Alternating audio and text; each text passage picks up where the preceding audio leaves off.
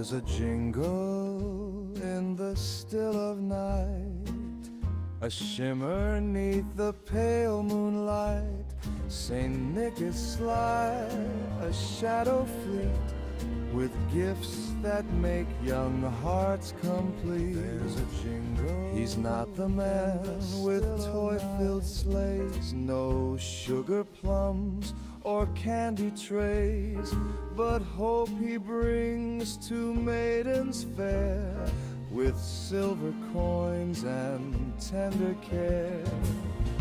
Oh, the jingle of Saint Nick,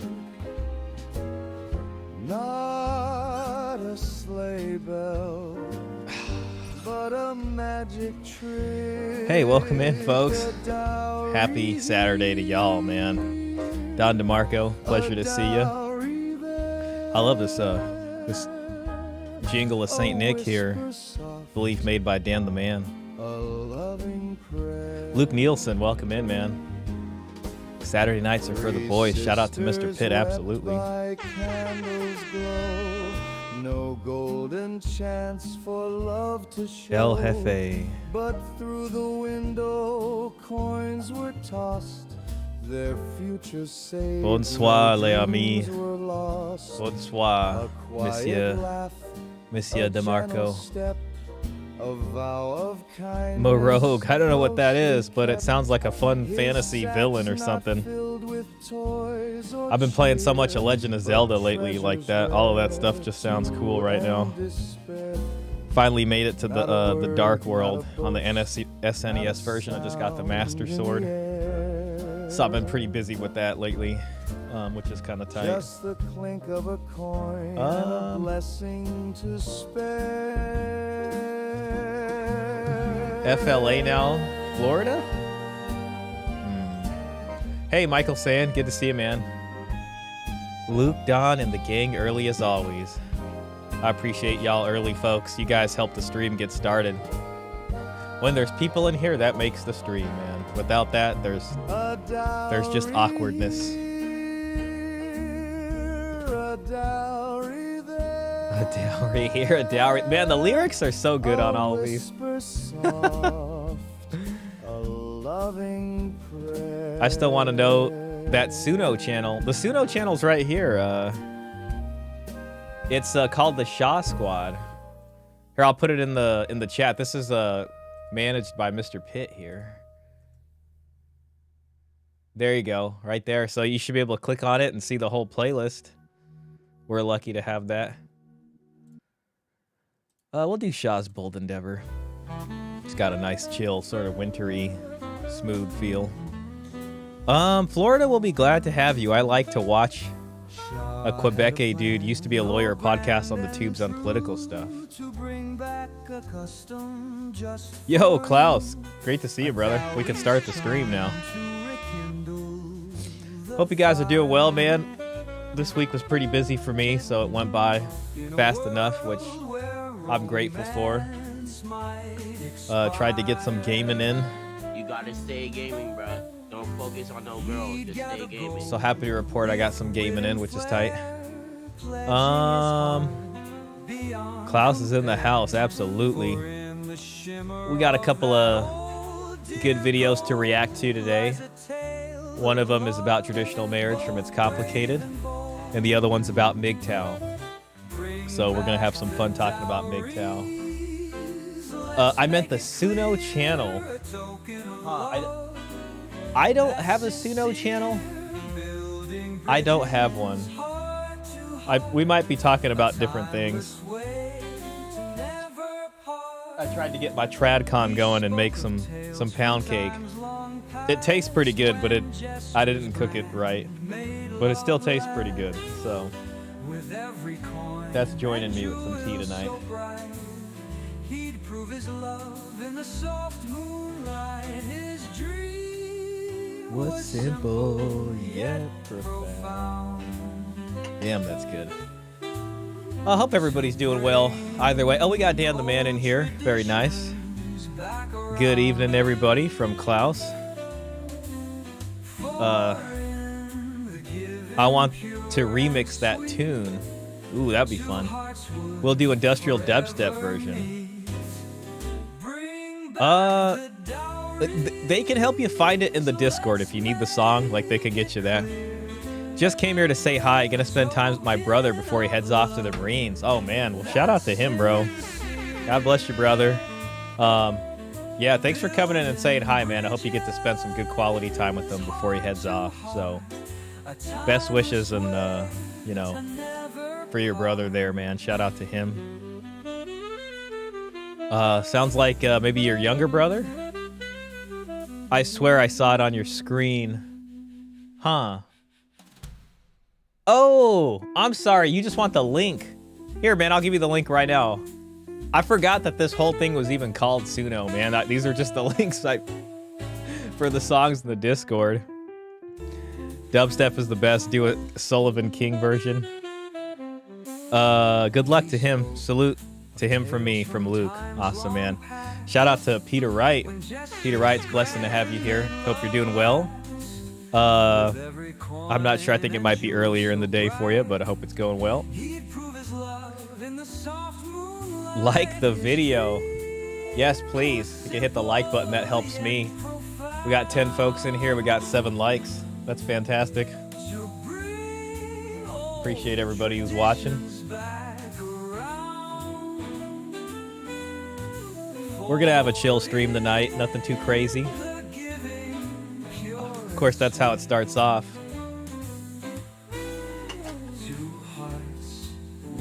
Michael Sayin says, been talking to the highly intellectuals about the dowry lately. Well, that's exciting, man. I'd love to hear maybe what kind of conversations or what kind of stuff you've been hearing about it lately. It would be interesting. Sounds like you've been getting some probably interesting perspectives on that. So, yeah, if you want to share some of that here, man, feel free. Today we're going to be looking at this video. Speaking of dowry, oh, what's going on with my sound? Your dowry, there we go. It's my right. We're going to be watching Traditional Marriage from It's Complicated channel. This came out recently. I watched it, and I thought it was really good. And then we're going to be watching This Is What a Man Going His Own Way Looks Like. And it's basically a movie or TV show review. I actually don't know if this is a movie or a TV show, but I think it's a Netflix show. And Manosphere Highlights Daily breaks down the show and this character. And it's actually where this sound effect is from. I have no dowry. So that's, I'm pretty If anything, sure. I have a negative dowry. So, I mean, he doesn't mention the dowry or anything, but he talks about MGTOW. And, you know, I really appreciated it just because he highlights the positives about that. I'm very partial to MGTOW. You know, a lot of people want to have bad things to say about it sometimes, but, you know, we have an expression here, all roads lead to MGTOW. Your dowry, it's my right. Yeah, exactly. Your dowry, it's my right. Curb Appeal Club Mix. Oh, yeah, that's, man, I know. We'll play it on the outro. Thanks, Luke and Shah. No worries, man. Thanks for coming in and saying hello. But yeah, so we're going to be watching that tonight. I forgot to go through and see if I had any Instagram brain rot for the folks. I think I did see some funny things, but that's okay. There was another one here. This one where he talks about Scott Galloway. I haven't watched that yet. I thought that might be an interesting one. So if we have extra time, maybe we can watch a second video from Scott Galloway. We also have a second one from It's Complicated. So we're pretty much full here with videos, but you know, I'm always open to suggestions and stuff like that. So yeah, I'd say that's pretty much the itinerary for tonight. Nothing too crazy. Got some stuff coming down the pipeline, you know, in a few months. So that should be pretty cool. And other than that, some possible collabs in the works. So we'll see what we can make happen. Hopefully, y'all will get some more content out of that. Also, not sure. Maybe I should ask you guys this later. Hell, I'll just ask you guys this later. If we should do the pizza stream next week, or the week after, which would be after Christmas. I think before might be better, so maybe that'll be next week.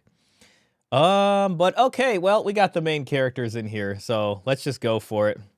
Oh yeah, talk about the pizza stream. Yeah, I say let's just go ahead and get into the reaction, guys. No point in dilly-dallying.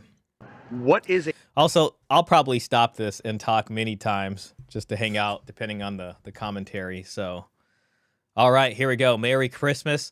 This is TradCon Cowboy Edition, number 2, from It's Complicated channel. So shout out to It's Complicated.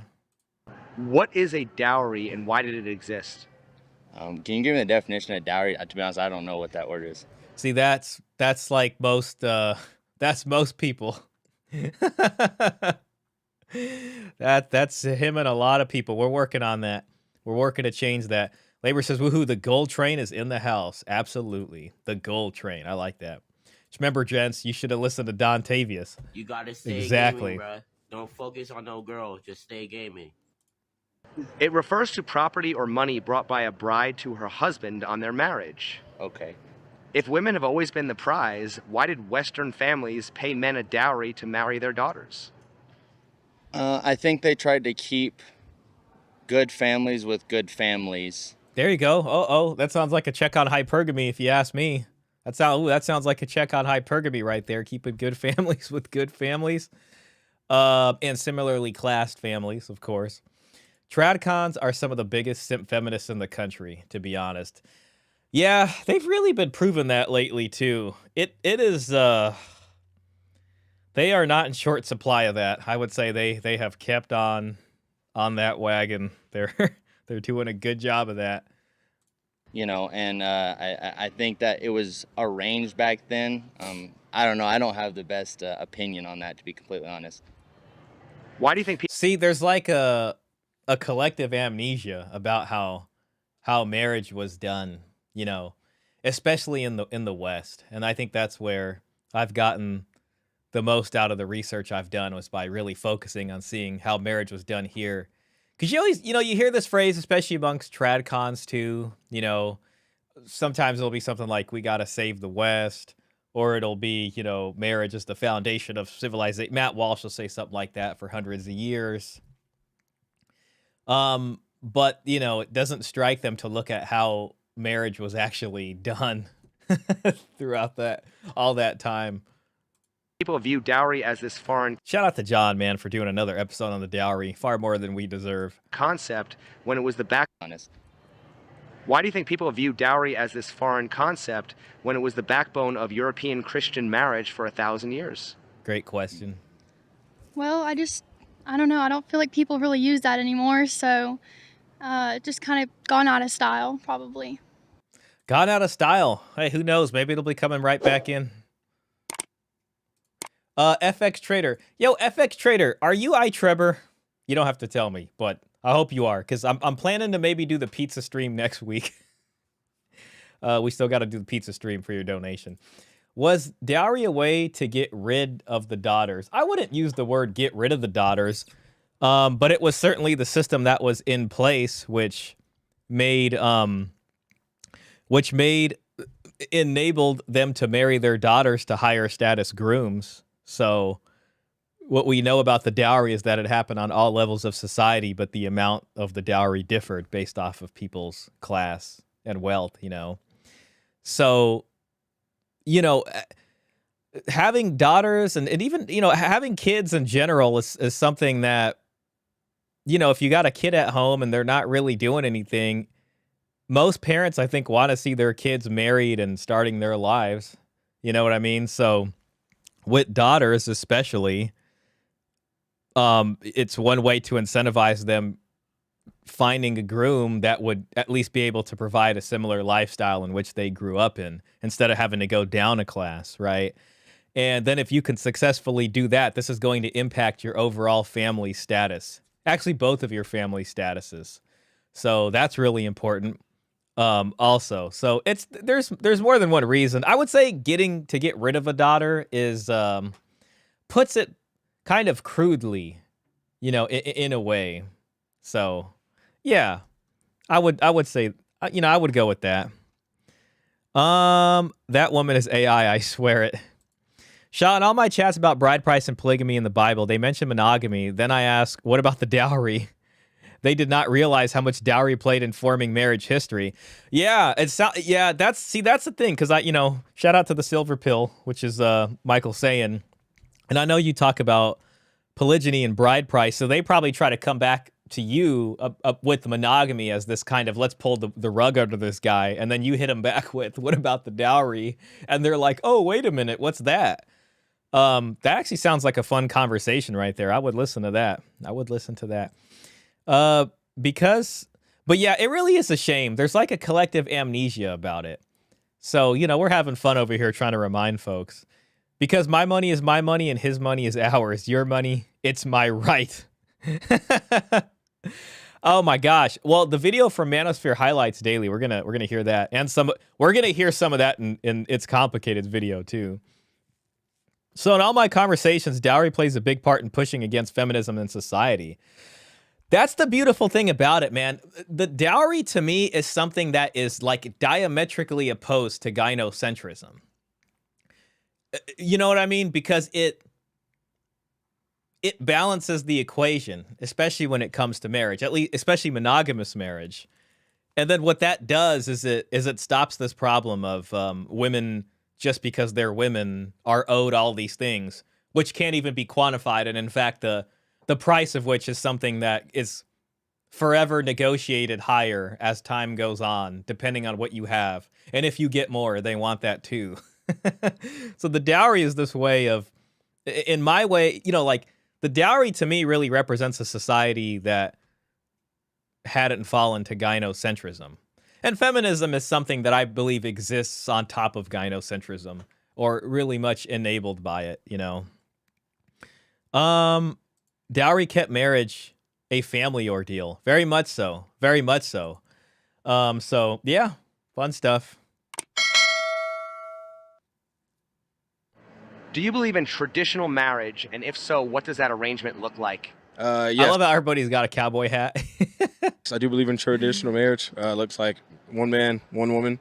She stays at home, takes care of the household, makes sure that I have a peaceful place to come whenever I get back from work. I do the work I provide, and she takes care of me when I get home. Hey, nothing wrong with that if she brings a dowry. Hey, that reminds me. Let me pull up my Twitter bookmarks. I saw a clip with James Sexton, and I think he was saying, I could be wrong, I could be misremembering it, but I bookmarked it. And he was talking about that stay-at-home wives have like the highest rate of divorce. I don't know if that's exactly what he said. Oh, I also saw something about Lila Rose in her early dating life. We don't have to watch that. Oh, he was saying homemakers cheat more. But there was also some other stuff from James Sexton about the divorcing there. So let's just watch that James Sexton clip real quick. We don't have to watch Lila Rose. I'm just teasing about that. Let me see if I can get What's the most common? Get this full screen here. You got to be careful with Twitter, Well, I'll show you. It says James Sexton explains why homemakers cheat more.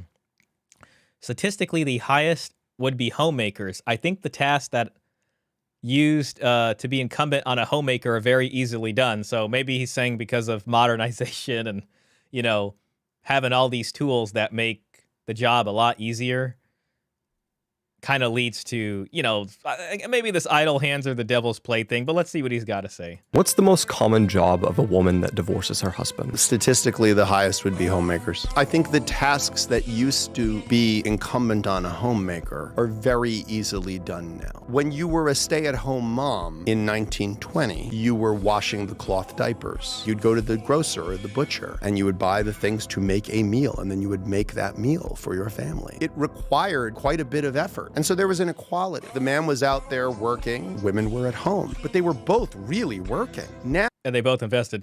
because she had a dowry. No, that job's really easy. We've got people gassed up on this idea that like, oh my God, the hardest job in the world is being a mom. And it's like, guys, it's not. When your job gives you hours during the day to do nothing but sort of ruminate and compare yourself to other people that you're looking at online and watch TV and listen to messages about why you're great and why everything else is everybody else's fault. Does it turn you into the kind of person who's like, yeah, you know what, there's a better life out there and I deserve it? Yeah, that turns you into that person.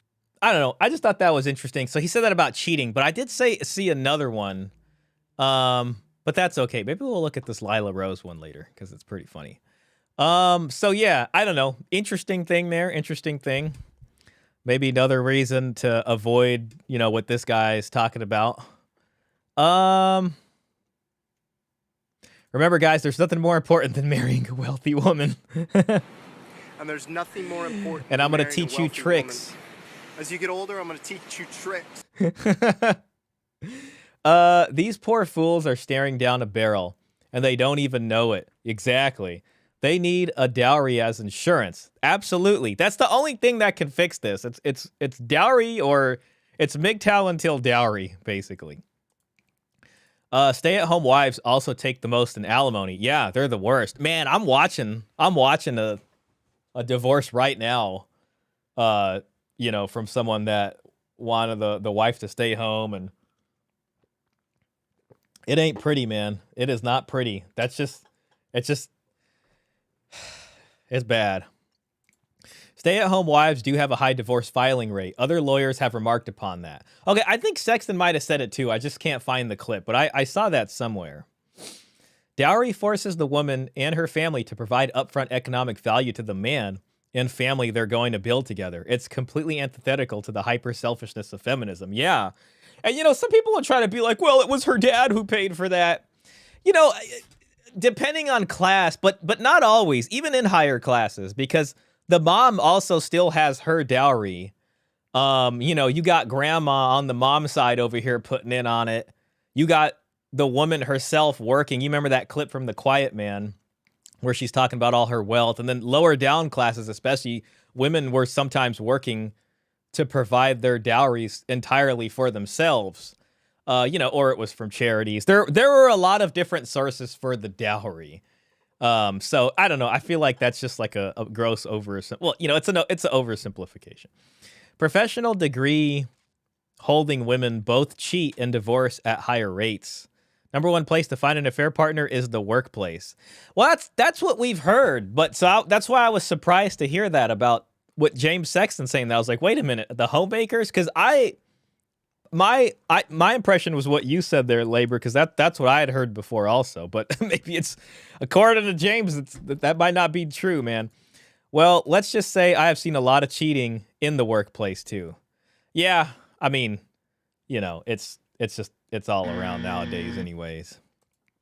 Shah, you're right. I talked to them about the bride price and polygamy in history. They push against me by saying monogamy societies are better. Then I push against them with the dowry. It's a checkmate. Exactly, man. That's what we're that's literally what we're doing here. See, that is an example of somebody wielding the spear. Dang it. I wish I had my spear picture right now. That was so graciously created by Dan the Man, who came in here to say hi. I mean, I don't have the spear picture, but I do have this one right now. You know what I mean? Like, this was us working on making the spear so it can be wielded and used against those who need to understand. You know, gosh, now I kind of want to find the picture. No, that's my Elron picture. I love that. I love that picture. I'll go back and save that one. That's in our AI art folder. No, those are the old ones. Yeah, Dan the Man made a great picture, and it had me. It said dowry on the spear. So, you know, that's pretty much exactly what you did. And then they're just like, huh? And it just beats the gynocentrism right out of them, man. Like the dowry conversation, especially as a talking point, is a beautiful thing when it comes to this whole thing. Even if they're going to be like, well, you know, we don't do it today or whatever, it just ramrods through a lot of their stuff, you know. So Anyways, fun stuff there. Shah, you're right. Oh, my bad. I read that. Housewives are still awful, but that's because overall cheating and divorce is high with women. Women with degrees simply have a higher rate. Thank you for that. Labor? I want to say like Labrador, but I'm not sure.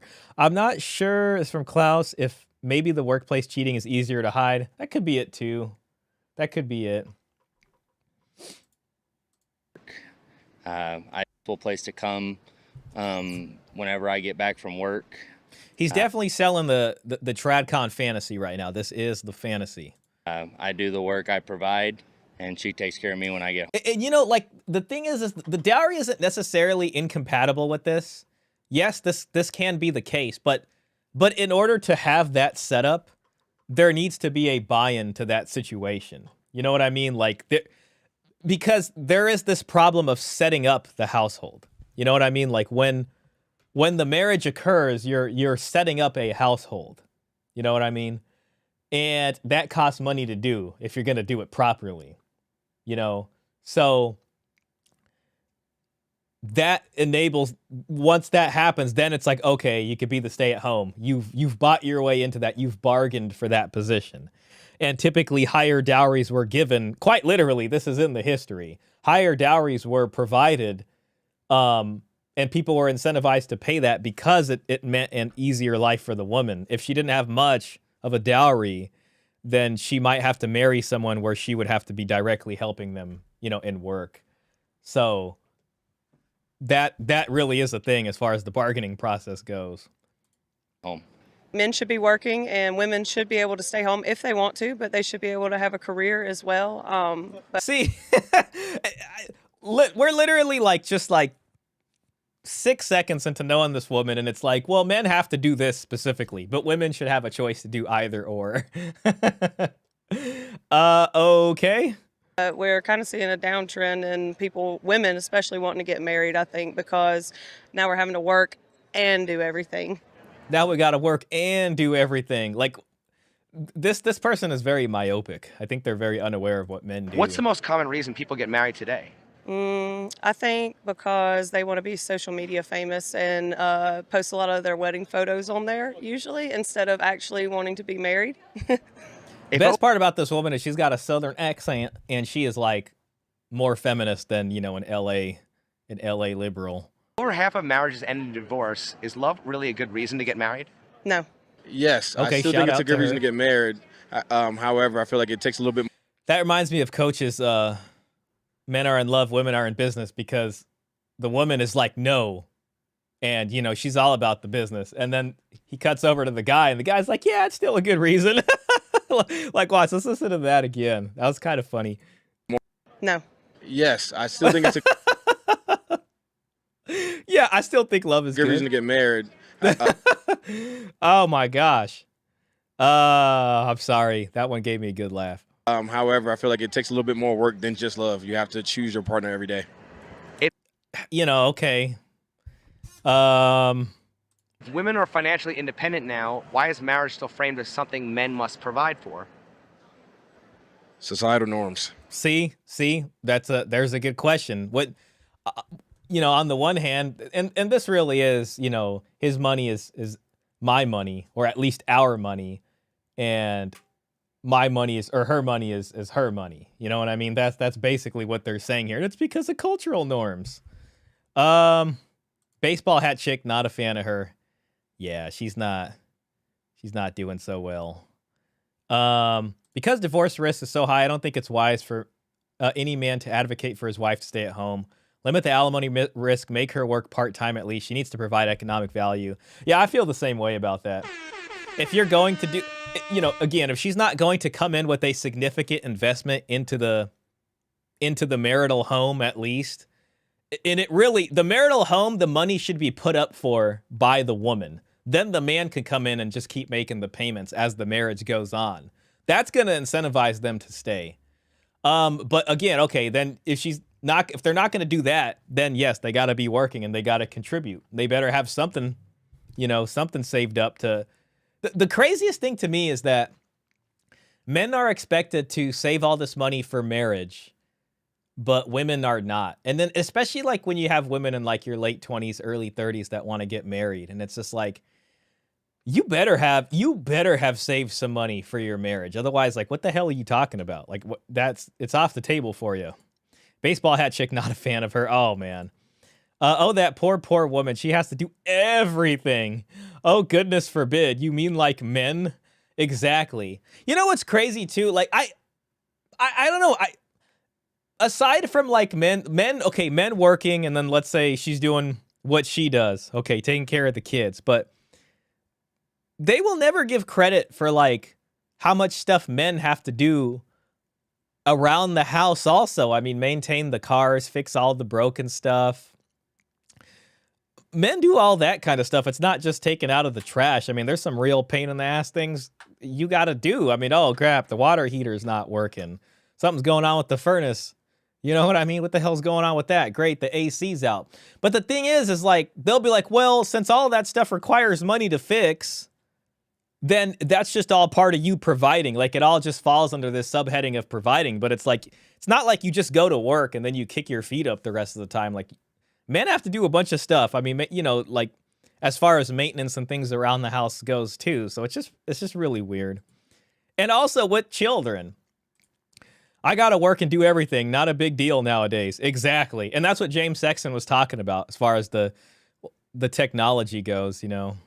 Have I talked about the little robot that vacuums and mops my floor when I'm getting groceries? Shout out to that vacuum. Yeah, I mean, that's true. There's that. And then, you know, you got dishwashers out there. And man, I saw someone I knew, she had a machine that literally cooked full meals for her. Like, you just put the ingredients in there and it did like the whole cooking of the meal. I was like, damn, that's crazy. And then to be honest, man, I mean, I pretty much like 99% of the food I eat is cooked at home, which I cook. And it's not that hard to do.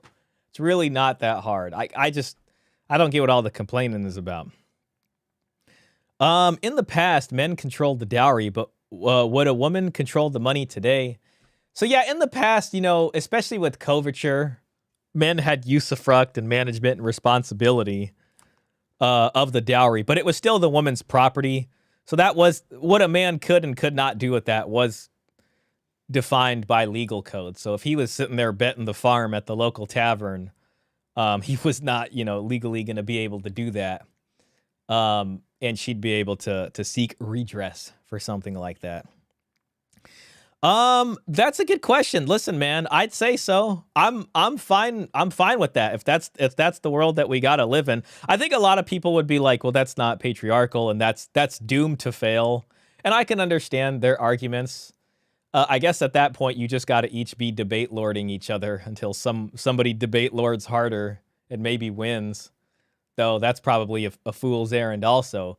But listen, if they're going to be materially invested, then so be it. Now, I think the thing that would be surprising to you, FX Trader, is that women that did come in with substantial dowries actually did exert a good amount of influence and control over their husbands. You know what I mean? In some senses. So that's not actually like that new of a concept, as crazy as it seems. You know, just to put that out there. That's the new way. Dowry as insurance, and that methodology to minimize alimony and child support. The protections must be layered, including prenup and trust too. Yeah, I think so. And I think, you know, anybody that's looking at marriage should consider this, and anybody who has kids, that when you're thinking about what their marriages are going to look like, this is all something to consider at least, or can at least put some more layers of hopefully, you know, stability onto a marriage. Thank you for that, Luke. Yeah, I'm cooking from scratch too. A lot healthier if you know what to do. It really is. It really is. And it's not hard. I mean, I don't want to go into my whole cooking routine. I'm just so excited about it. I also made this pound cake from scratch, which I'm very proud of. I did that last night, though it could have been done better.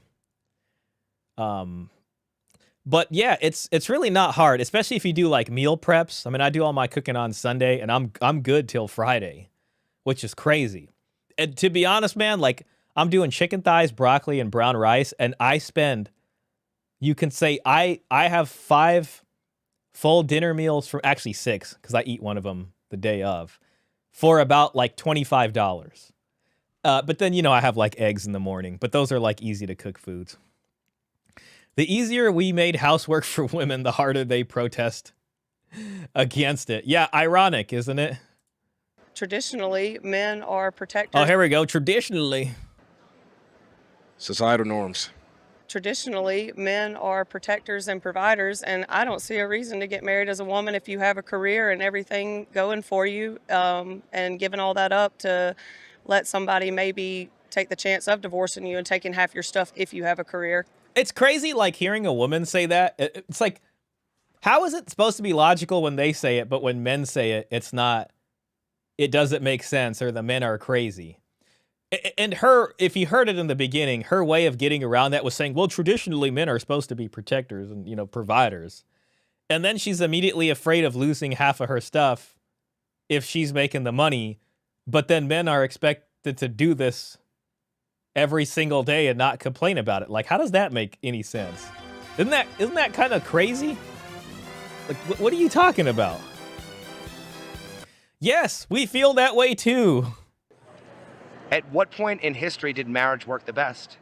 I don't know if it's ever worked good for women. It's always been a huge risk for women to me, because back a long time ago, women couldn't get out of marriage if they wanted to get out of it. Now they can, but you still have the possibility of losing a lot of your stuff, uprooting your life, kids. Man, this woman is nuts. Like, I mean, I hate to say it like that, but like, it's crazy because she looks like a tradcon, but she is like more feminist than a blue-haired liberal. I tell you what, just the way she's talking, you know. And, you know, this whole narrative about like, oh, women were suppressed for thousands of years and they were just living like slaves, I think it's just complete nonsense. You know, the roles that men and women had were defined by environmental stresses and technologies that we had, frankly. And that's what made for the best arrangement for survivability. You know what I mean? So it's just, to me, it's just going backwards and not making no sense at all. Crockpot and air fryer, good times, easy cooking. Yeah. Yeah, there you go. Instapot kind of guy.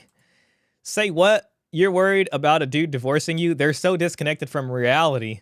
Men already don't divorce. When they do, it's simple. Women don't cheat. Yeah, that's true. Like, a lot of men will put up with a lot of crap. Now, you could say it's because typically they have a lot more to lose in divorce, so they do kind of got the sort of Damocles over their head. But yeah, typically I would say the highest reason if a man actually is going to be the one that initiate, it's because of the cheating. It's because of the cheating. Man, I'm jealous. Most conservative women are hardcore second wave feminists. My ex was just like this, country gal, like guns, feminist to the core. Yeah, and I know you're right. It's just something about seeing it is, these are the ones that kind of put out as being traditional, right? So it's just like, there's a bit of dissonance there. Illusion of security, but that is a super black pill. Man, I'm jealous about the cowboy hats. You can't get them here. Really? Oh, man. Well, someday we'll have to send you a cowboy hat. I got mine up there. Good old cowboy. Man, I like my cowboy hat and cowboy boots. Western wear is pretty cool, man. I think everybody should have a good outfit or two of Western wear. Hey, the Jacks. It's great to see you in here, Jacks. And shout out to the 21 people that are in here hanging out. Thank you for the 12 likes. Oh, and I see a super chat. Please hit that like button, folks. Women were and are still historically protected from war. Yeah, that's true. Given child support, alimony, etc., and a pretty big welfare net. And since they're more likely to have the children through custody court, they can qualify for welfare easier. Stayed at home to be protected from how harsh stuff was before technology put cameras everywhere. Yeah, it is true. They were traditionally protected, and it's the problem with this whole women were oppressed is they make it seem like all men in general were just out here having a ball of a time, just smoking cigars and, shooting back whiskey and just shooting guns out in the front yard and just talking to everybody like crap and disrespecting people. And it was just a continuous party, which was not true. Like, men and women had very hard lives for a very long time. So it's not like just this guys were out here having a good time, and especially when you think about getting drafted and all these kinds of things. Man, it was bad news. Shout out to the pound cake. Yeah, shout out to the pound cake. Let me take a bite of this. Let me take a bite of this pound cake. I was afraid to take a bite. Now, the recipe called for a cup of sugar, and I put a third of a cup of sugar to try to be a little healthier, even though it's not a health food. Oh my God. And instead of milk, I used buttermilk. And I put more butter in it than the recipe called for. And it just pairs amazingly with this black tea that I have that has half and half in it.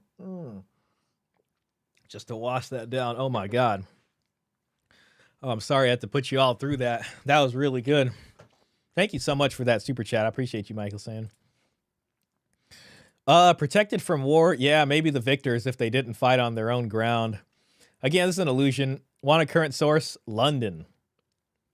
Yo, Jimbo. You haven't smacked your wife and took her for a ride yet? It's 4 p.m. You better go get it, boy. Yeah, that's what they make it seem like. That wasn't happening. It's just this crazy, like, mythos. I couldn't even call it a mythos. It's just like a propaganda lie. I've been looking up Chorney black bread recipes. I need to make my own because I can't find it anywhere here. I really miss that. That does sound really good. It sounds like a very, like, it almost sounds like a Russian version of, like, pumpernickel. I really like pumpernickel bread. I think that's a German bread. It's everything. So wouldn't losing a lot of your stuff, uprooting your life, kids, everything. Meanwhile, women are mostly initiating the divorce, taking most of the money, and taking the children. So wouldn't men want to avoid marriage for the same reason that women are worried about getting married? I think men want to avoid marriage for the fact of that they may have to give up half their money more than anything, and also like I don't understand. She just said that was the main reason women shouldn't get married. Be tied down to one woman. Okay, and to not be tied down to one woman. I don't know. This is pretty odd. Also, another reason the dowry was important. Dowry. It's my right. How do you get these guys to be monogamous out here? How do you wrangle the high value man into monogamy?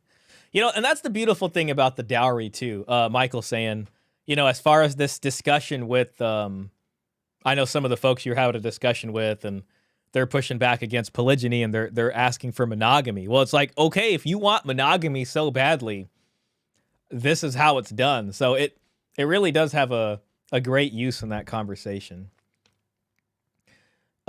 Remember, those who win war historically keep the women as spoils of war. Well, that's true. I mean, at the same time, the men are either enslaved. Well, anybody who survives is enslaved if you're part of the losing side, or you know, eliminated, vaporized, sent back into the sun, moon, and the soil. You know what I mean? Like, so, yes. Smart men don't get married. Joker. Shout out to Joker. She's in Delulu land. Yep, pumpernickel is German. Yeah, pumpernickel is a good bread. I think it's mostly rye. I don't like it, to be honest. Oh, man. I don't know what it is. I like it. It's just something that's maybe because it's not so available over here. To me, it's like it's special, you know. She's the type you avoid, certainly. Yeah, I'm sure they can cosplay a mean trad wife. This woman probably voted Republican, gents. Don't trust these conservatives. I'm sure she did. Why do people call the 1950s traditional marriage when the arrangement was completely different throughout history? Oh, yeah. You know what's crazy? Like, a lot of conservatives will do that. I think of Matt Walsh, like, when I hear that question, because I think in one of Matt Walsh's videos where he, like, directly addressed the red pill, he will talk about marriage as, you know, the backbone of civilization going back hundreds of years. You know, and it's just like, but then really what they're talking about is the 1950s thing, but then they will say hundreds of years, but then it's like, okay, well then why don't we look at how they did it hundreds of years ago and see what, what helped make that work, you know?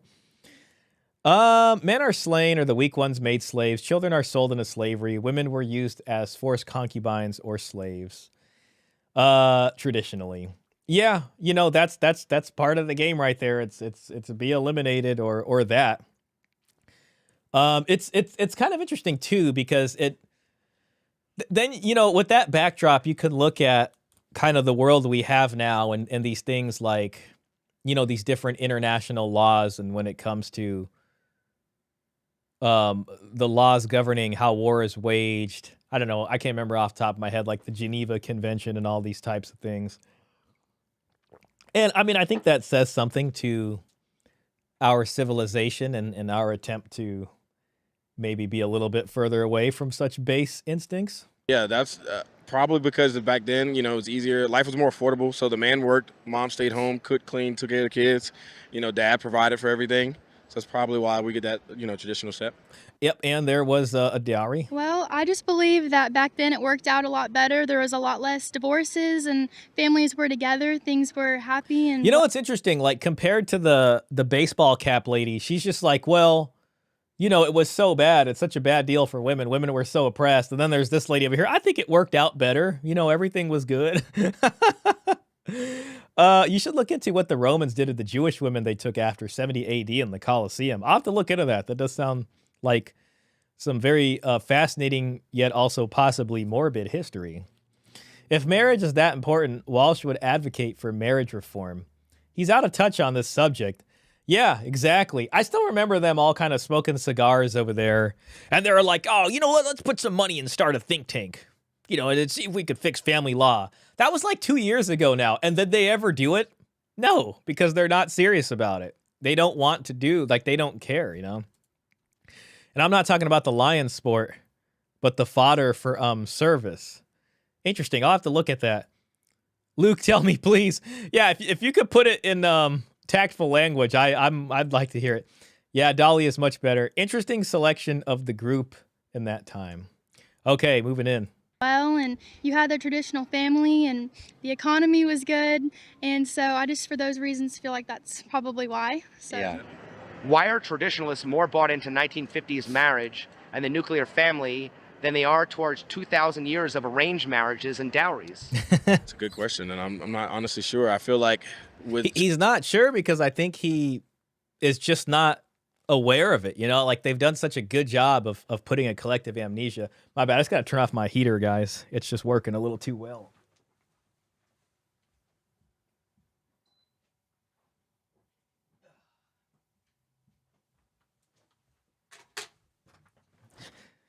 Sorry about that. I usually have the remote right next to me, but I forgot to grab it. Yeah, so, I mean, listen, there's like a collective amnesia. Here, we'll hear it one more time. 1950s marriage and the nuclear family than they are towards 2,000 years of arranged marriages and dowries. That's the part that's crazy, too, because it's really been about 2,000 years as far as dowry was. And then before that, you know, it was bride price. It's a good question, and I'm not honestly sure. I feel like with traditional marriages, that was probably what people wanted to be with, who they wanted to be with, not with who they got set up with. See, that's romantic love. Okay, so now he's talking about the romantic ethos.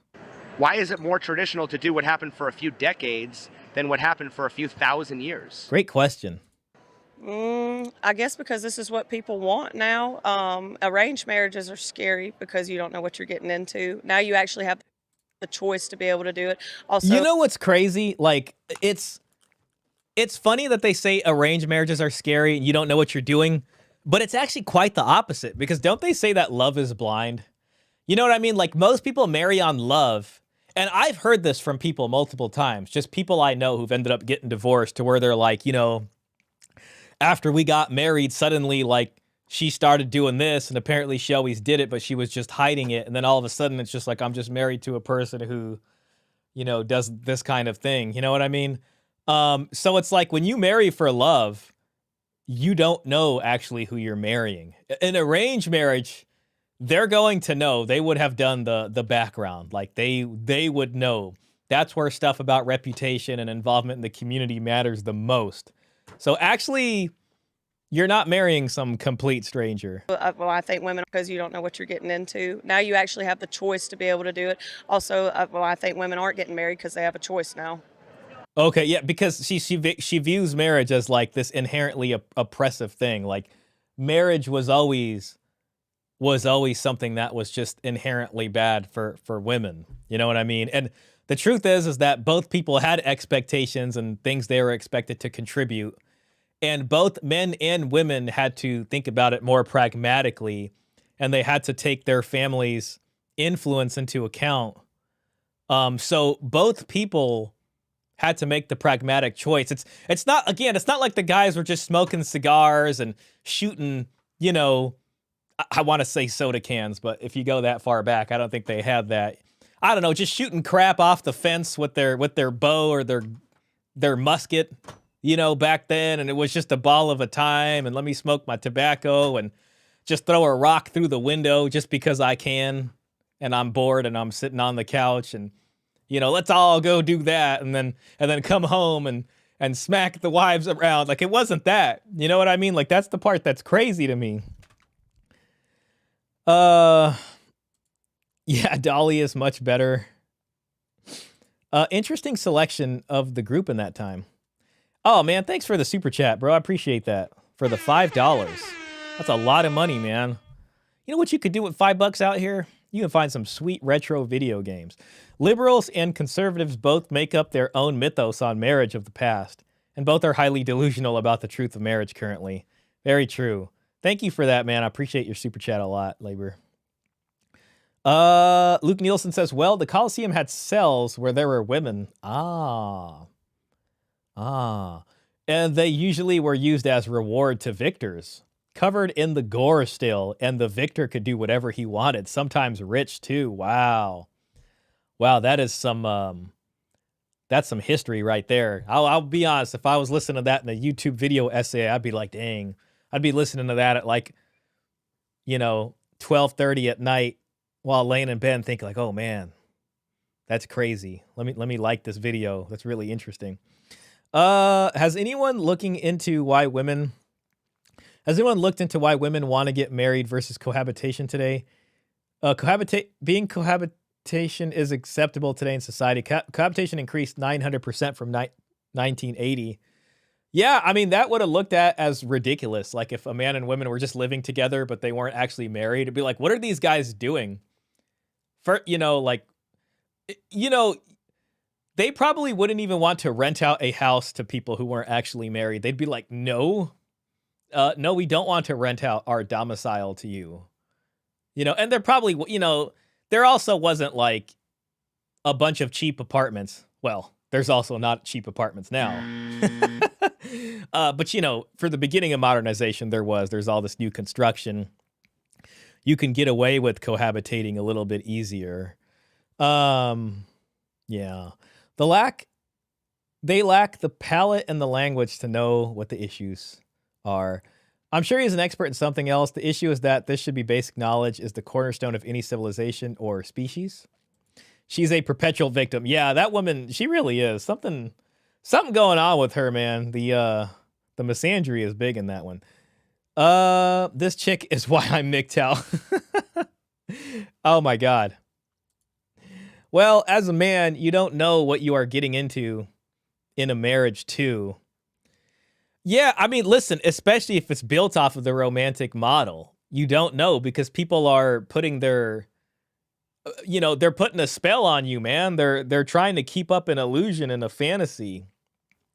And that's where then you guys get married and it's just like, oh crap, Kiyosasuka, she's just a victim no matter what. Run, man. She's talking about choice and how great it is now, but she's obviously miserable. Completely illogical about her statements. Baseball hat chick is not traditional at all. The accent sounds conservative, but she ain't. Yeah, don't get fooled. That's the cosplay. Funny to me that when a woman files for divorce and she is in counseling, the first thing she says to the husband is, I no longer love you. The guy is like, what does love have to do with commitment? Yeah, then it's just like, well, what about your vows and your duty to the marriage? This is a little unique to the West. It has a lot to do with the boomers sending their kids out at 18. Yeah, exactly. And it's crazy to think about because back then, like sending your kid out prior to them being married at 18 like when you think about it today, especially with how bad dating is, it sounds insane. It's like you raise your kids and then you're like, okay, good luck. I hope the dating apps treat you well. And then they get like chewed up and spit out and just completely eaten. You know what I mean? Metaphorically. And it's crazy. It's like throwing your kids away. They did it when their greatest generation ever gave them freedom. Yeah, that and a booming economy. I was talking about the cowboy saying he doesn't know what traditional is. Yeah. What is a dowry and why did it exist? Here we go. Isn't that where they get arranged marriages? Yeah, something like that. Something like that. Your dowry, it's my right. That's where you bring some money. Refers to property or money brought by a bride to her husband on their marriage. Oh, yeah. Okay, yeah, I know what that is. She knows what that is? Does she really? Is she just saying that? Usually it was like they were giving their daughters away, wasn't it? And they would give a lot of things with them to be able to make the man want them. See, and what she's missing, and it's not just any man. It's looking for the highest status groom that you can get, right? So you're trying to, you're in a bargaining position here. You're either trying to swing up a class, that would be hypergamy, or you're at least trying to keep them in the same one. Remember, this is what helps encourage the monogamy, right?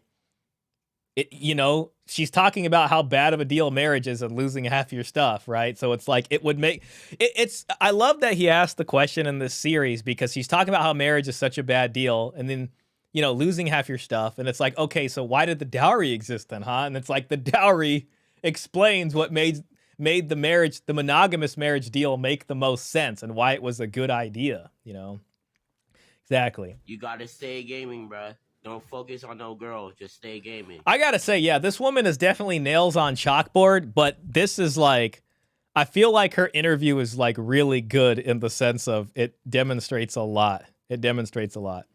So if women have always been the prize, why did Western families pay men a dowry to marry their daughters? Ooh, that's beautiful right there. See, that's beautiful. And actually that question is deeper than just talking to this lady. You know what I mean? It's like, like when you get into like the Evo psych stuff with Red Pill, it's like, well, women are the prize and all this stuff. And it all is kind of around the woman in some ways.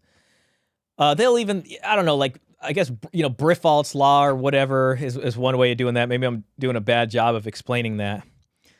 Is something that they might cite. Interesting thing about Briffault's law is that, from what I've heard, is that it actually only referred to animals, and that I think Briffault himself said he did not intend for it to apply to humans. It was something more about animals or, the ones that he was studying. So that's interesting. But there is this kind of, the man is disposable and low value, and he's trying to get the high value of the woman or whatever, so it's just interesting. Well, actually, this is a clear historical example of it being the other way around, That is true. I don't really know. Probably because the collective amnesia. See, the feminism and the propaganda and the globalists, maybe, I don't know, did such a good job of like sweeping all the dowry stuff under the rug. Like they did everything they can to make sure you forgot what a dowry was. I'm telling you, it's all there. I don't want to have to pull out my Count of Monte Cristo video again where we go, diving into the deeps and we open up the treasure chest. Let me just catch up with chats real quick. Yeah, she doesn't know. She doesn't remember. This is a little unique to the West. It has a lot to do with boomers. Oh, my bad. I read that one already. Guys, listen to Dontavius. He lacked the size of the... let's see. Look at her face when he mentions dowry. She looks like she ate a sour lemon. Yeah, she's like, huh? The follow-up question was good, too. It's pseudo castle system. People also forgot about second sons. The dowry was the foundation for the West to get monogamy and stabilize society. Yeah, because you start to have stratification. You start to have more defined classes. You start to have more wealth, right? Because, the other thing to remember is that monogamous societies are also associated with like very, very successful societies in terms of population numbers and wealth created and also calories. So it could sustain a lot more people because it had better technology.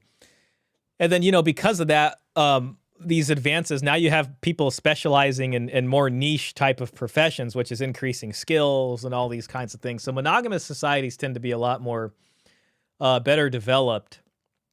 But you also see, stratification, right? So you see private property, you see some people that own a lot, some people that own less, some people that own a little bit, middle class, this, that. And then this is when paternity really starts to matter a lot, because the property transfer is a big factor in all this. And, dowry, as we know, is a wealth transfer, a property transfer at the time of marriage.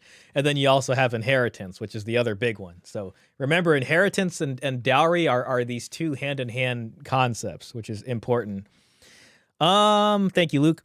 So the TradCon conmen spouting about needing monogamy in marriage, but not using the foundation of a dowry that made it possible is disingenuous. Yeah, and listen, I mean, I'm willing to accept that they just don't know because they've been gaslit to, I guess, basically accept the Disney fantasy, the romantic ethos of all of this. But listen, man, I will keep saying that the dowry is the backbone. If you're going to say marriage, monogamous marriage especially, is the foundation of the West, then dowry, you can say, is the backbone. I kept saying, especially early on and in some of the videos, is that the West was built on the dowry, and other places too. But if this civilization, is something to save and protect, and it's amazing, then it's worth looking back and saying, okay, how was the civilization built in the first place? And you're going to run into the dowry a lot.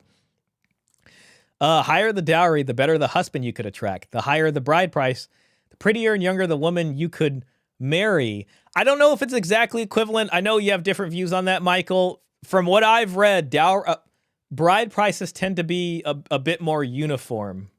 Now, they were associated with younger marriages.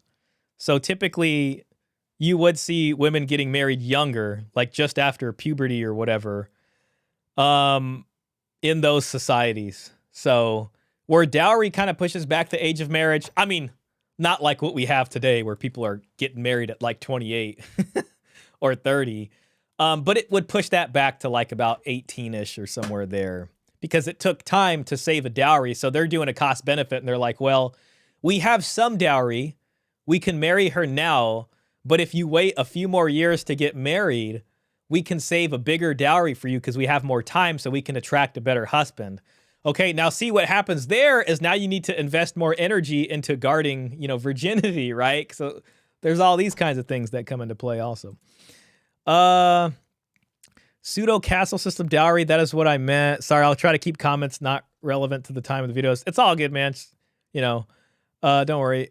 Did Shah say globalist? He went full on conspiracy theory. I know, I haven't pulled out my tinfoil hat in a while. I just always thought it was funny how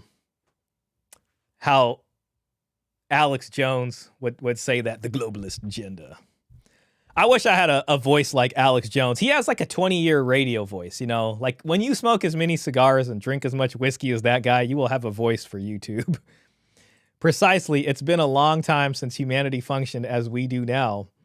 The best males get a majority of the women. Well, that's what it's gone to, because the best males aren't given dowries to put them into monogamy. So they're just like, they're gonna basically be polygynous. Hey, thank you so much for the super chat. I appreciate that. A very special person, Z06 Viper, with the $20. Thanks for the info, Shah. Thank you. I appreciate the support. That means a lot to me. I'll try not to spend that all in one place.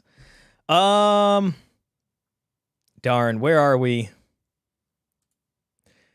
But Christianity took it outside of the money, which allowed for greater social cohesion, that and having a set of morals that are governed by the law, king, social media. Did you say so? The way I look at it, I mean, like there's two aspects to the marriage, right? There is this material economic concern because the marriage has to occur, on earth and not in heaven. Then there is the spiritual concern, right? And it's kind of like analogous to the human experience in life. We have these pragmatic concerns of life, and then we have our spiritual lives, and those inform each other in a way.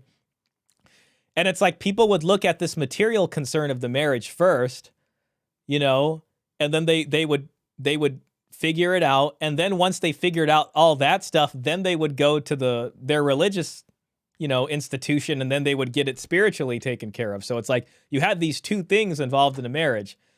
Nowadays, tradcons will I think they will kind of have that heavily imbalanced and say, let's give more weight to the spiritual side of this, and all you need is the spiritual stuff, and as long as God is the center of your marriage. I heard, somebody say that once at a wedding, then your marriage will succeed. And yeah, I can understand the spirit of that. But the marriage would be way better balanced if you had a spiritual and the material aspect. Instead, what they say is, well, only the women have a right to consider the material aspect of this. The men are just, your job is to just get the money, even from the beginning, Dowry, bride price, and Christian religious ethics made it possible for most men to mate with most women. You could say, look, there are other civilizations that have dowry. Even it was even present in ancient Athens. You know what I'm saying? And that's why the ancient Athens was so advanced, was because they were, largely, as far as marriage went, monogamous. There might have been a few concubines here and there. Shout out to the concubines. But that's where you get Plato and Socrates, and Thucydides. Man, I kind of was looking at this book, and I wanted to bore you guys with some discussion about the Peloponnesian War. This guy right here, Thucydides, he's kind of like I don't know, you can say he's kind of like a first historian, almost in an academic sense. And what this guy did was, he was in the Athenian military, I believe. Hope I have that right. And this guy lost a pivotal battle.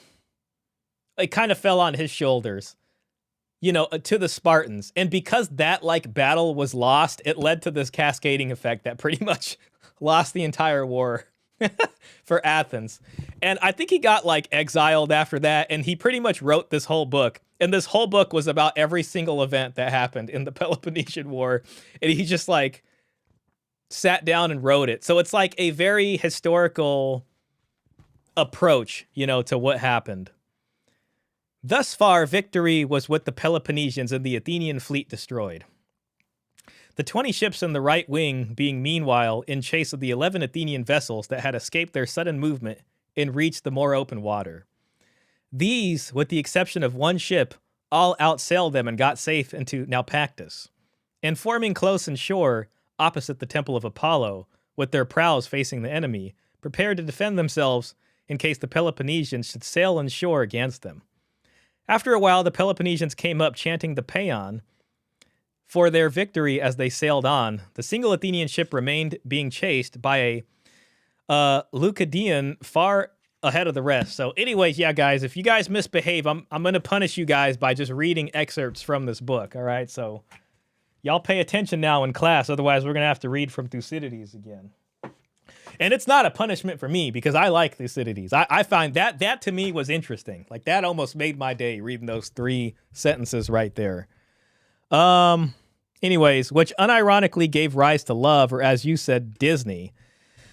Well, that's an interesting thing to consider. Peter Wright has done the excavation on that, about romantic chivalry and the rise of gynocentrism. Maybe you can, say that a certain type of spirituality might have lent itself to something like that. That would be interesting. That would be an interesting discussion. There's also economic factors there, right? So it wasn't just a spiritual thing, because, you have to be able to afford love. That's not easy to do. And that's why, romantic chivalry tended to happen in the nobility class in the beginning. And back then, they all knew it was something that would never work for marriage. So it was all these kind of adulterous affairs, which is kind of opposed to religion, right? That's bad, right? That would be sinful. So not exactly the religion, you know what I mean? Labor says, but for thousands of years, those Christian ethics didn't lead to this Disney princess fairy tale. Yeah, see, that's what I mean. Romantic chivalry being separate, right? Because they're kind of encouraging these adulterous affairs, basically, outside of the marriage, right? And, that's was kind of elevating this romantic ideal, as high as it can go. The fairy tale and the distortion of Christian ethics coincide together. I agree. Thank you again, Zeo6 Viper. Appreciate that super chat a lot. And one from Jax Ali with 199. Thank you, Jax. Appreciate that. Same endpoint, different tangent. Black Pill calls it fluid morals. Thank you again, Jax. Remind me of the Mortal Kombat character. With the big enough dowry, virginity was not as important. That's true, too. Or, they would probably just deny it. Like, what? How dare you say my wife wasn't a virgin when she married? And he might even know that, but the dowry was so big that he's just like, nobody's going to question my wife's virginity, even if she doesn't happen to be. Because literally, they gave me an entire inn with the tavern and a brothel connected to it. All right? I married into that family. And you know how much money that produces for me every month? A lot. God is the center of many, many failed marriages. That lie is old and tired. I don't doubt you, Luke. I don't doubt you. I just have this memory of going to one of my coworkers' weddings. And, it was, every time you go to a wedding and it almost damn near brings a little bit of tear to your eye, but not exactly because, you're not going to cry because you're too manly. But you're like, oh, damn, this is kind of getting to a place. So then you look away for a bit and try not to think about it. But yeah, the pastor, said that 3 times. He was like, and if you have God at the center of your marriage will succeed.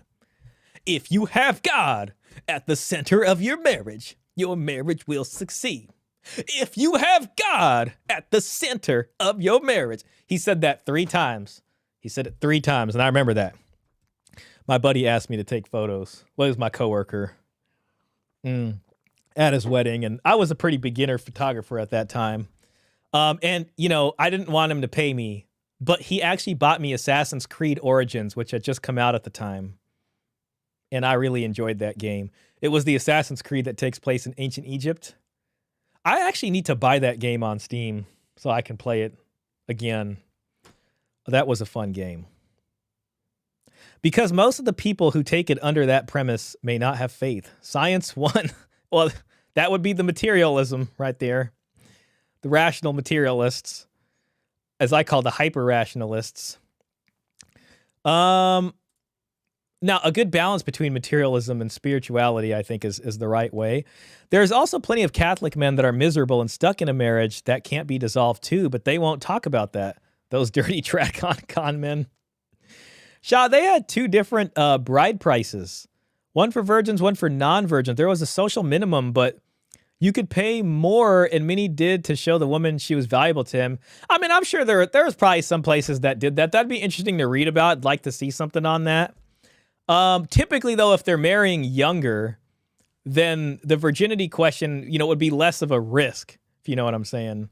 But that's interesting, which is a different tangent to the same argument.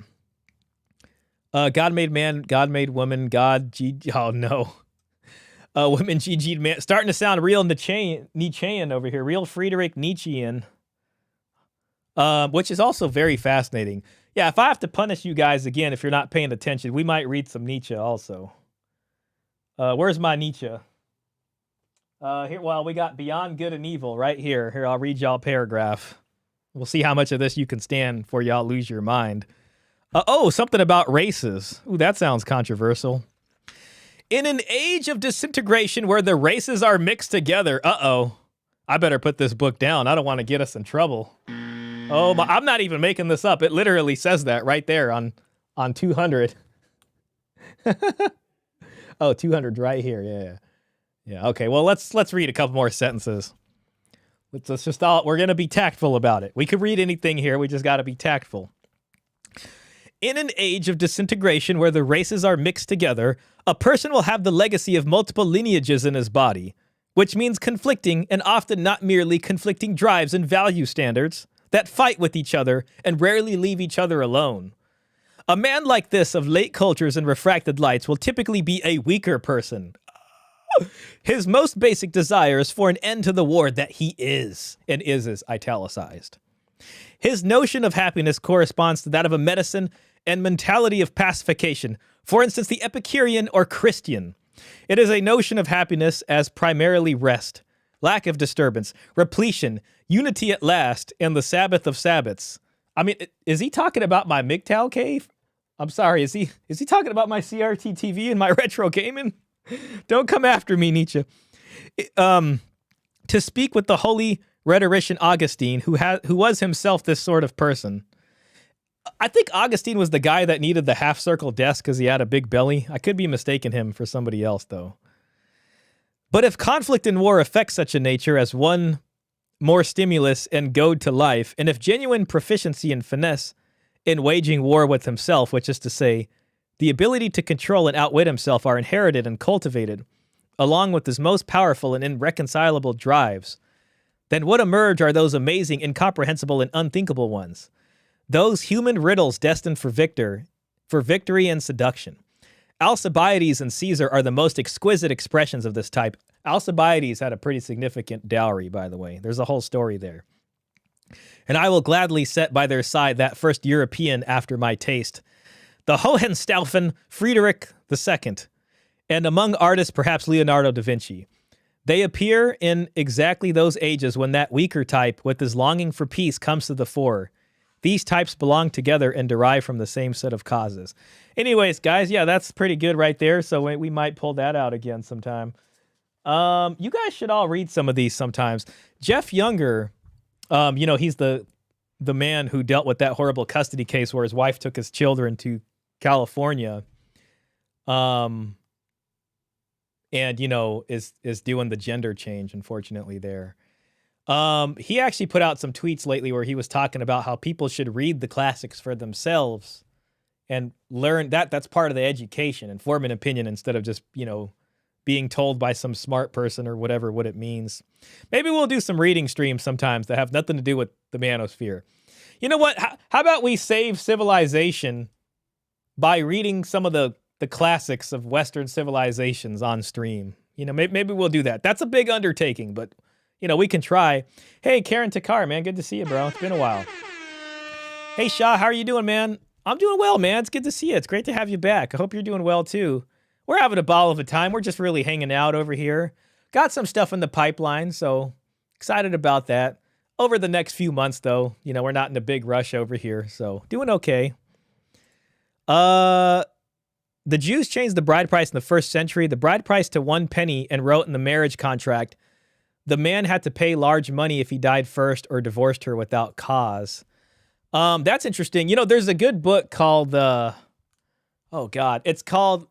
I think it's called Marriage Transactions in Ancient Palestine. I'll have to look it up.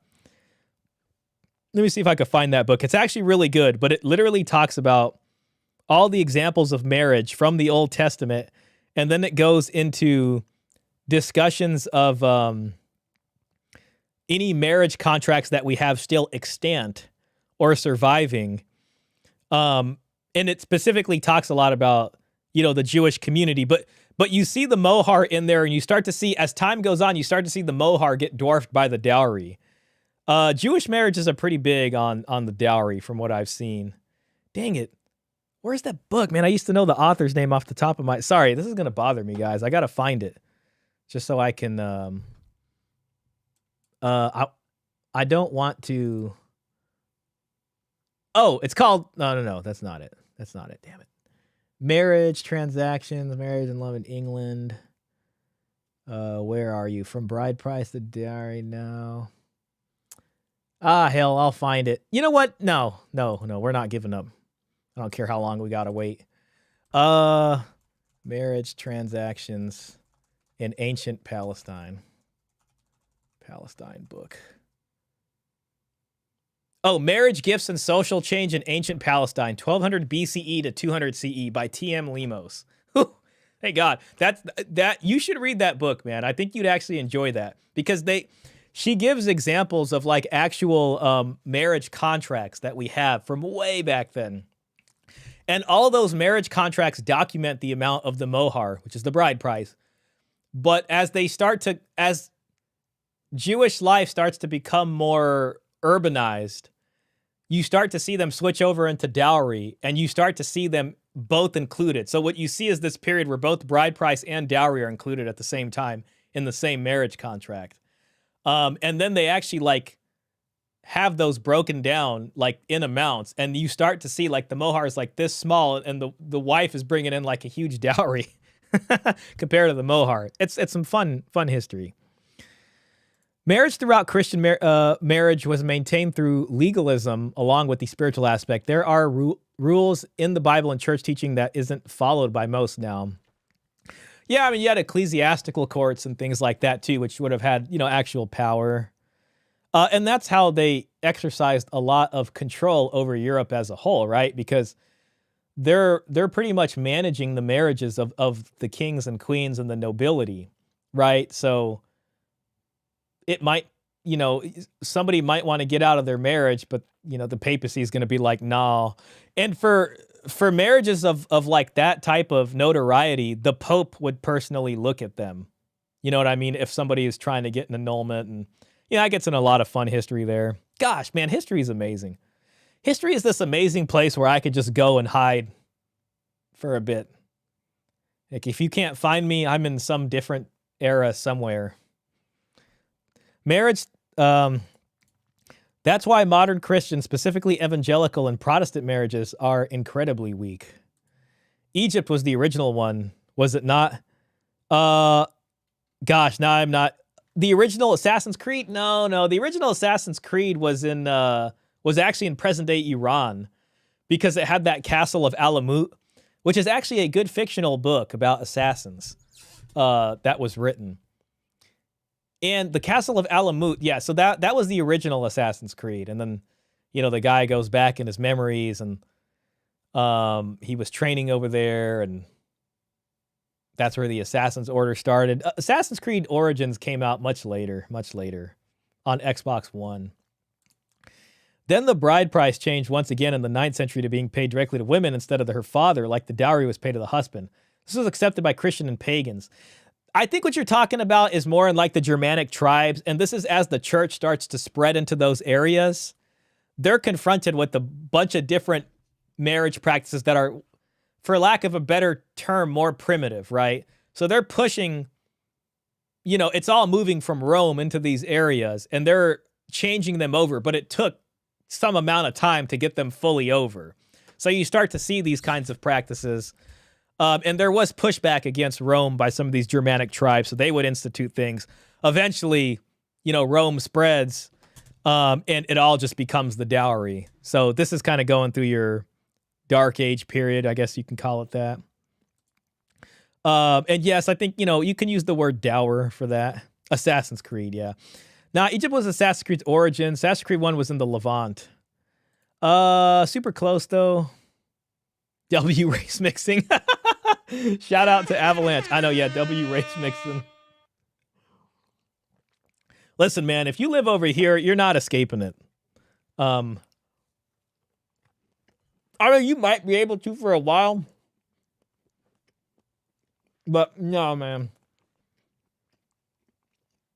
On a long enough timeline, it's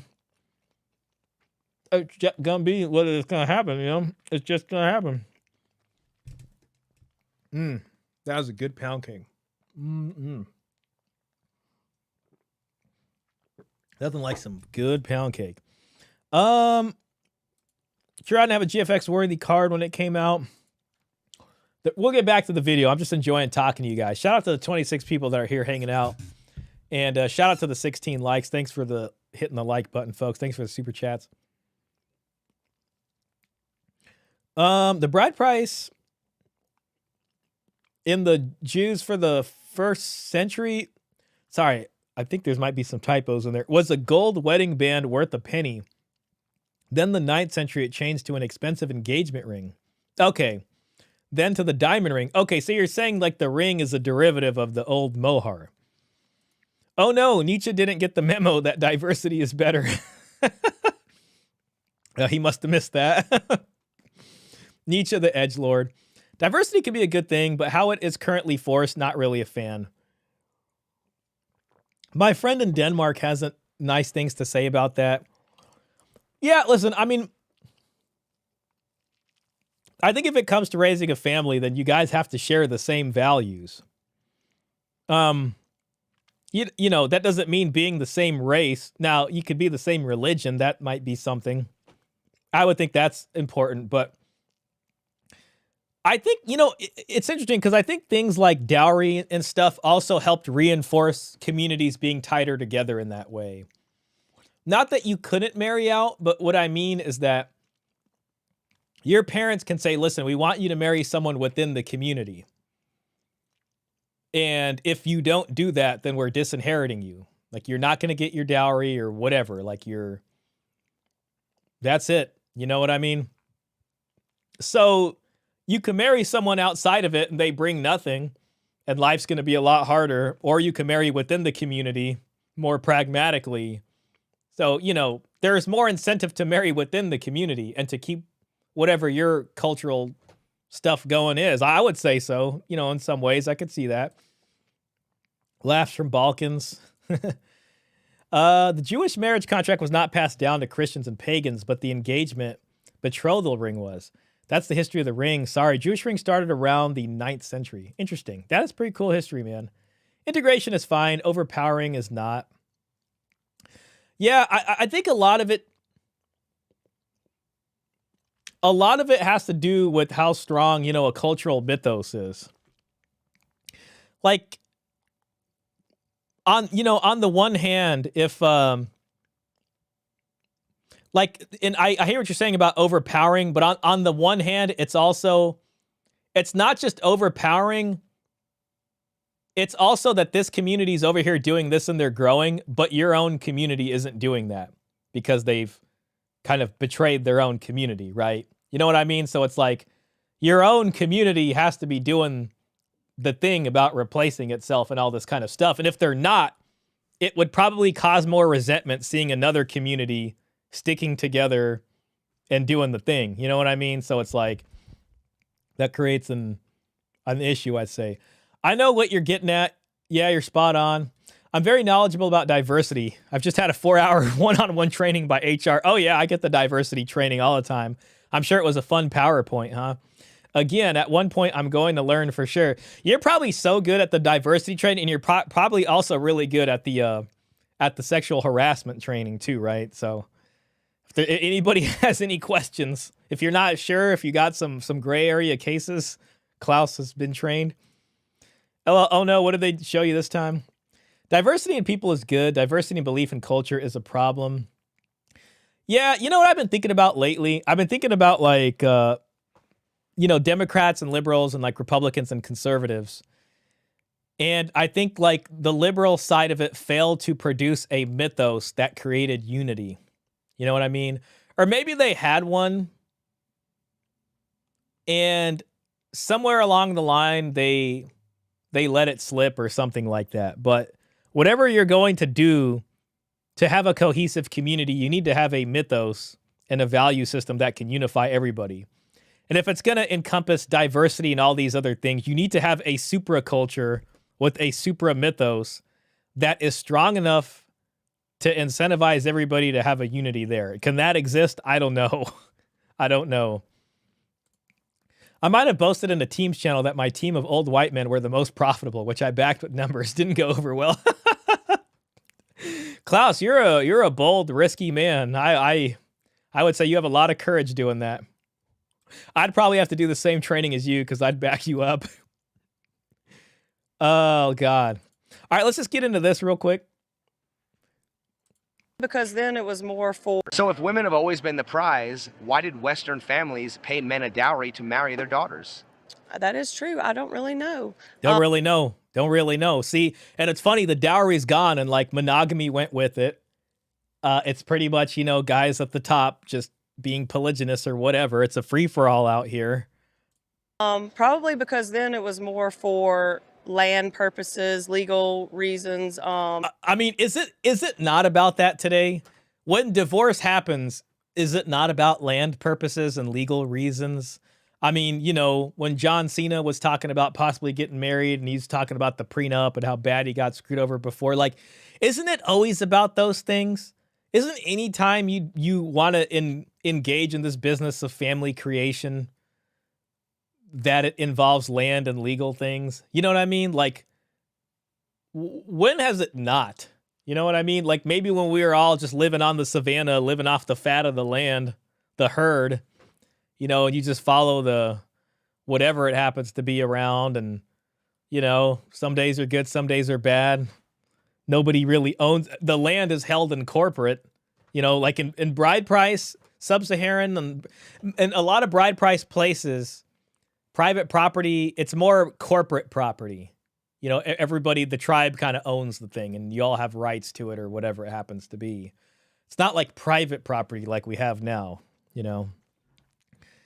To bring families together for money, because people were so poor then. I mean, are people fantastically rich right now? You know what I mean? See, this is where a lot of this discussion for me is becoming relevant. Like, I see nothing but people struggling to pay, or they're living to paycheck. A lot of people on both sides of the aisle complain about that. The fruits of modernization from the beginning of it have kind of gone away, you can say. And people are struggling to afford housing. So I mean, here we are, right? So it means this, right? Oh, dowry, it's my right. Gosh, I hope this lady isn't one of these. I have no dowry. If anything, I have a negative dowry. Why do people view the dowry as this foreign concept when it was the backbone of European Christian marriage for 1,000 years? Feminism did everything it could to hide the history of the dowry. I'm telling you, man. Like, this is where I get conspiracy theory. Okay, like I haven't proved this definitively, though I have seen things that can indicate it. But I really believe that, like, the feminists did everything they can to move away from the dowry, because that's the thing that they pulled that out, and the whole house of cards came down. You know, well, I'd hate to call it a house of cards. It was a legit functioning civilization. But to them, like, the mention of the dowry will, that's the kind of thing that'll put the shock, the fear of God back into them. Like, I really believe so. And I really believe they did everything to stop that. You know what I mean? The promise from the feminists was that they were going to contribute to this community property arrangement in marriage, because they're working now. But they haven't done that. You know, they reneged on the promise, which is why we got to go back. You know, it's MGTOW or dowry. It's MGTOW or dowry. I'm missing. My buddy in Russia assures me I could buy a small plot of land in East Russia, and the government, for the most part, will leave me alone. That doesn't sound like a bad idea, man. You could have a little dacha. You know, you can have a house in the city. You can have a place in the city, and then you can go to your dacha over the summers, you know what I'm saying, and get all your fresh food and stuff. Hey, where'd you get that hat? It looks just like mine. Boomers had to save money for their daughters. No, bro. How could they get their fifth investment property then? Yeah, I mean, man, the boomer lifestyle is having a bunch of property, getting divorced, losing half of it, getting more property, then getting married again to some predatory person, then dying, and then that predatory person taking all the property and then not giving any of it to your kids, and instead giving it to kids from another marriage or nobody. Crazy. If no, it sure does feel like it. Hey, Gio Remy, man. Great to see you, bro. I saw your comments from last week. I'm sorry I didn't respond to the ones on the live. I got to go do a better job of that. Love the research, Shah. Scale of 1 to 10. How cooked are we in the West regarding marriage? I think the reintroduction of such things as dowries, bride prices are decades away, if not longer. Tell you this, man. It ain't looking good. It ain't looking good. I'd like to believe and be positive that there is such a thing as creating an upward pressure if some families went around being extremely pragmatic about their marriages that way. I do think something good could come of it, you know. But as it's looking now, man, it's looking bad out here. It's looking so bad. I mean, if, you know, relying on dating apps and all this is just not it's not gonna, it's bad, man. It's really bad. It's really, really, really bad. I mean, I'm not a passport bro, but you might want to. It's Super Mario, man. It's bad. Played us like a damn fiddle! I don't know how many more negative sound effects I can have, but you know, it's not looking good. You know what, man? We're all collectively going backwards on. If evolution is the right thing, we're going back here. You know what I mean? We're just falling down the ladder. Anyways, sorry. All right, enough of that. That was too many sound effects. But yeah, I hear you, man. I hear you.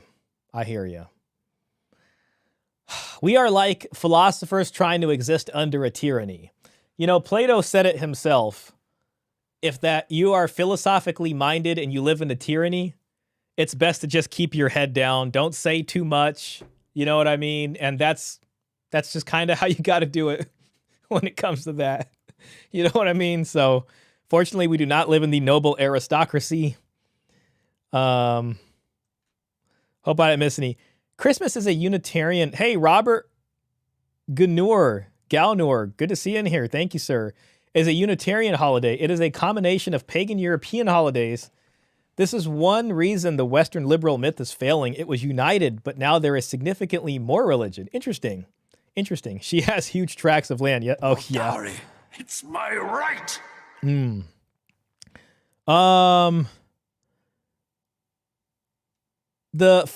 Dowry was the father trying to take care of his daughter to make sure she marries well. The bride price was the woman's father ensuring his daughter married well. They both shared a similar purpose. Well, marriage transactions certainly have to do with procuring reasonable marriages, you know. The dowry means they have to sacrifice something. It means they have skin in the game, and they have to prove that they have the values they say they do. Listen, if I'm going to get married and this woman is just like, yeah, you know, I agree with you, Shah. I really like saving, and I think we should invest our money well. And yeah, I'm not a big spender. You know, I'm not going to buy a bunch of frivolous things. And then I ask her what her dowry is, and she's like, I don't have any savings. Well, then how do I actually know you're about saving? So you haven't saved anything for your marriage. So you're telling me this now. Like, the dowry is the tangible proof positive that you embody and live out the values you claim to live out. Like, there has to be some kind of fruits from that. You know what I mean? We subsidize everything that props up feminism. Yeah, I mean, that's the welfare state and all that. Via taxes. Yep, wealth transference, basically. Dowry is how wealth would flow down. Yes, this is to keep intergenerational wealth going. And we do a very bad job nowadays of, like, it's such a challenge for people to be able to actually pass down wealth. Like, if you're in a position to actually pass down wealth when you're about to pass away, like, pat yourself on the back. Like, that's a tall order to fill. I don't even know, you know what I mean, nowadays. But, you know, a lot of times, since people can't keep their marriages together, all the wealth just kind of falls like sand through the fingers. People forget, and I've seen this happen in family court many a time. And then the divorce happens, and then, you know, the parents are like, man, F them kids, basically, because it's just like, well, okay, they're going to alienate me from the kids. Well, okay, what am I supposed to do? You know what I mean? Like, it's just, I mean, you know, God forbid F them kids, but you know what I mean? It's like, once you alienate someone enough. I was watching Terrence Pop on Pearl. She was interviewing him today, and I was watching it before the stream, and he was talking about it was an interesting conversation. You guys should check that out if you haven't watched it. People forget the dowry is illegal in some nations due to human rights and feminist organizations. Exactly. You know, that's exactly what it is, because they're trying to be part of the club when it comes to, you know, probably the IMF and different trade deals and things. Ironically, though, not in the U.S., which is kind of interesting.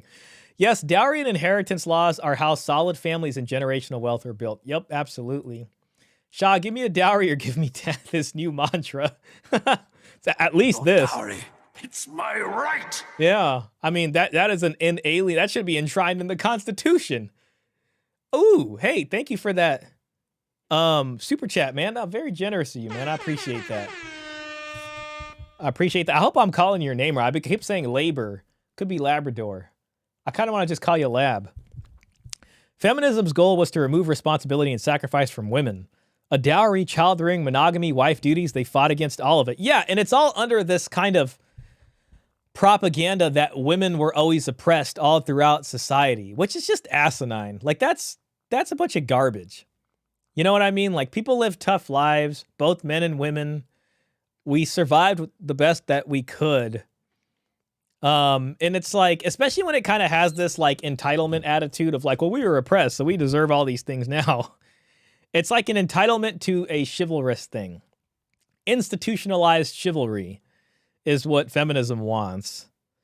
Thank you again for that super chat, man. I appreciate that. If population keeps going down, it may come down to force in the future, which is super scary. Yeah, that is. The soundboard is hilarious. Yeah, I have 2 soundboards, man, because I have my old soundboard, which my buddy made for me.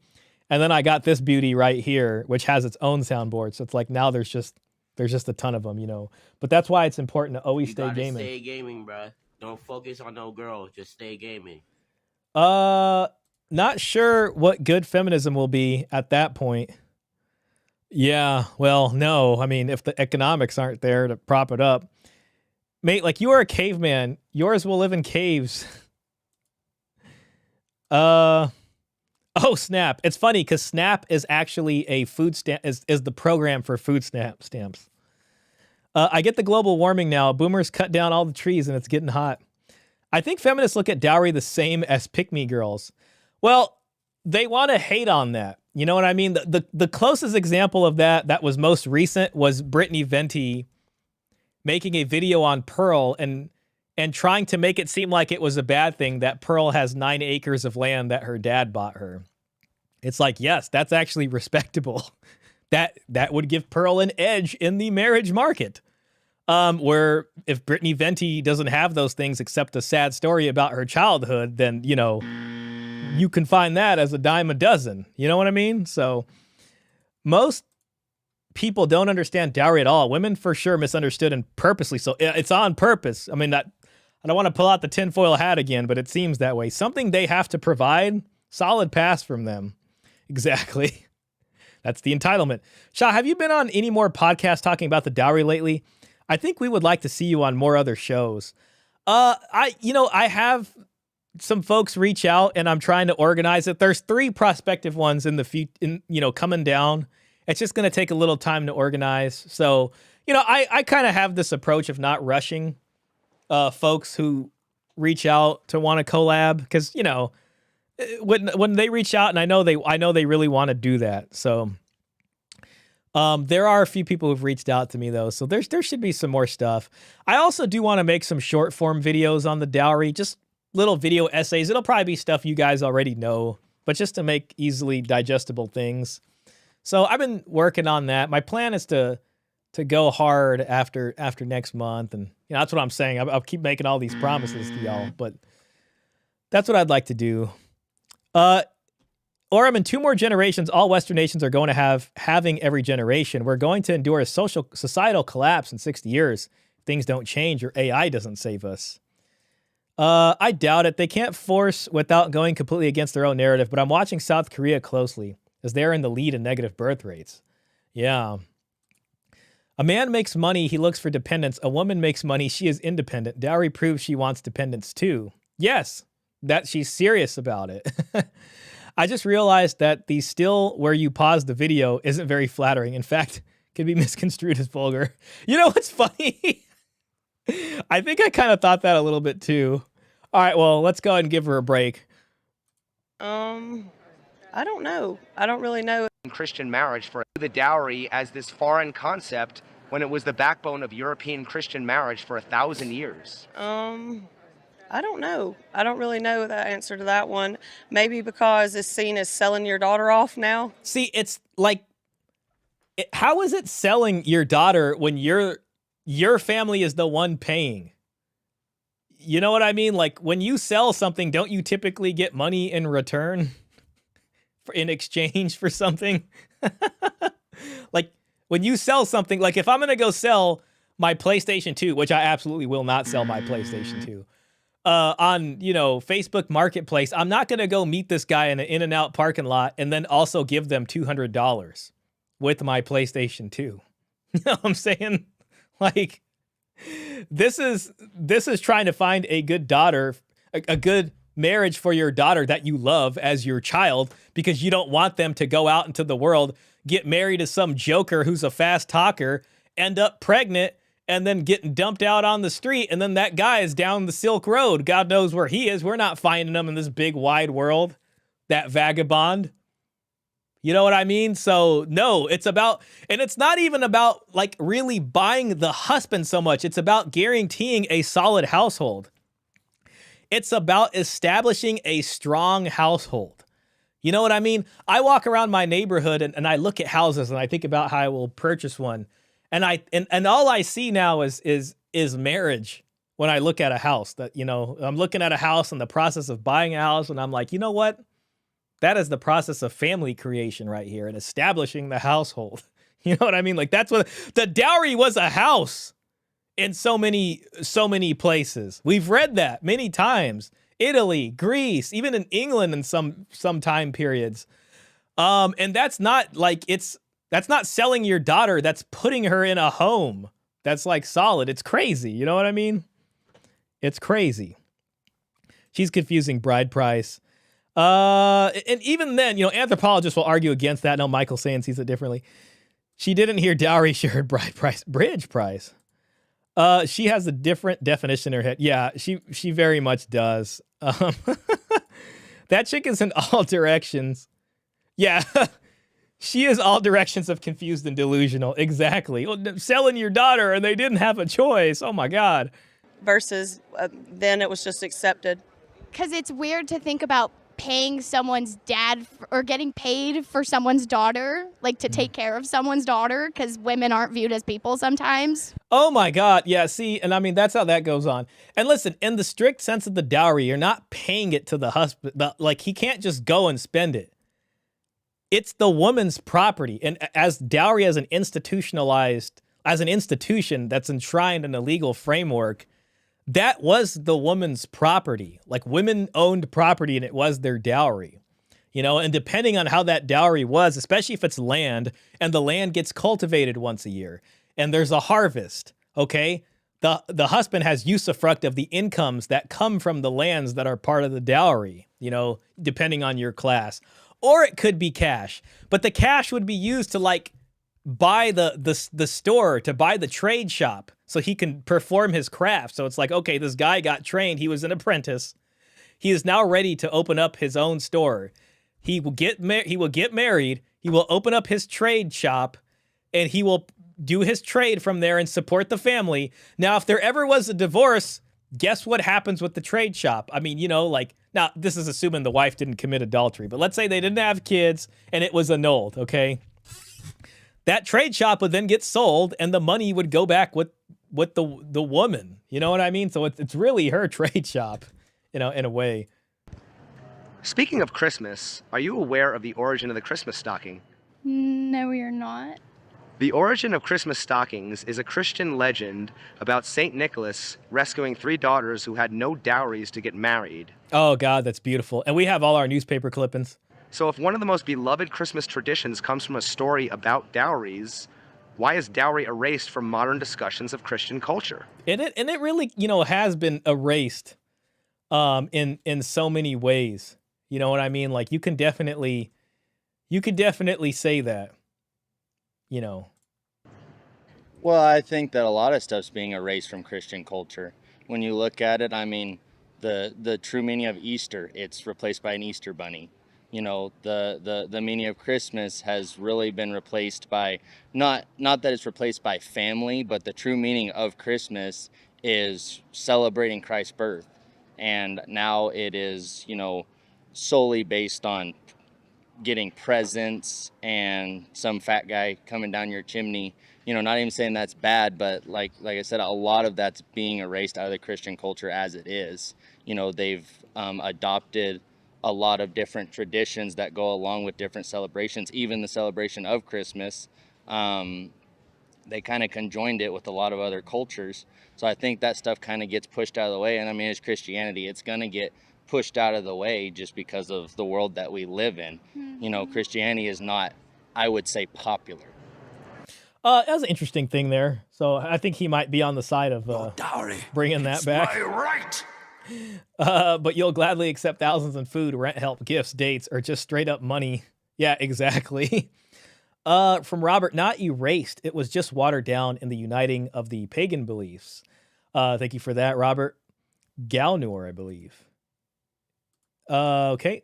Why does society push traditional marriage while ignoring the actual Christian tradition of dowry? I'm not sure. I think we, as a society, have just are again trying to change from the transactional idea of marriage to more about love. See, okay, so this puts it squarely on the romantic ethos, right? So now it's like, well, but what about love?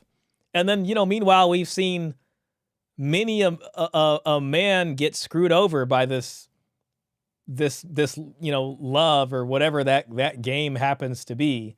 You know, like that's kind of what romantic ethos is. It's gaming somebody. Like Coach's expression is the best here. Men are in love, women are in business, because they're gaming the men, you know, through love, and in that way.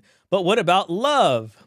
You know, okay, so love on the one side, but he still has to pay and do all these things, like this comment was saying, the thousands in food, rent help, and all that. Then it's not about love. I think it might have been it's complicated. I can't remember. Somebody has a comeback to that. Then it's like, so will she marry a broke man that loves her? You know what I mean? Historically, a dowry was owed back to the wife if her husband died or divorced her. It had to be returned to her or children. The bride price was never returned to him if his wife divorced him. Well, yeah, and I mean, especially if there was children, like even if it wasn't a divorce or the wife died, her dowry would belong to the children first, as far as their inheritance goes. So it's not like the husband couldn't just spend that. You know what I mean? So that's, you know, I would want to find more specifics on that, but that's kind of how that goes. And yeah, if it was a divorce and it, you know, if she had committed adultery and that was proven, then it would be different. That would stay in the household with the kids and the dad. But if not, then yeah, it would go back with her. That's true. Yeah, it must be that love thing why women expect a $500 dinner for the first date. Yeah, or an engagement ring that's a certain amount of months of a man's salary. So the dowry paid by the woman still made it back to her in most instances. Because it was her property, you know. What about love? What about the love, though? And the interesting thing is that we have kept that part of dowry in the form of alimony and child support. Well, yeah, listen, man, and this was in the New York Times article about Italy abolishing the dowry because they were establishing divorce. Because when they got rid of the dowry, what they basically said is that all the property in the marriage is now community property, okay?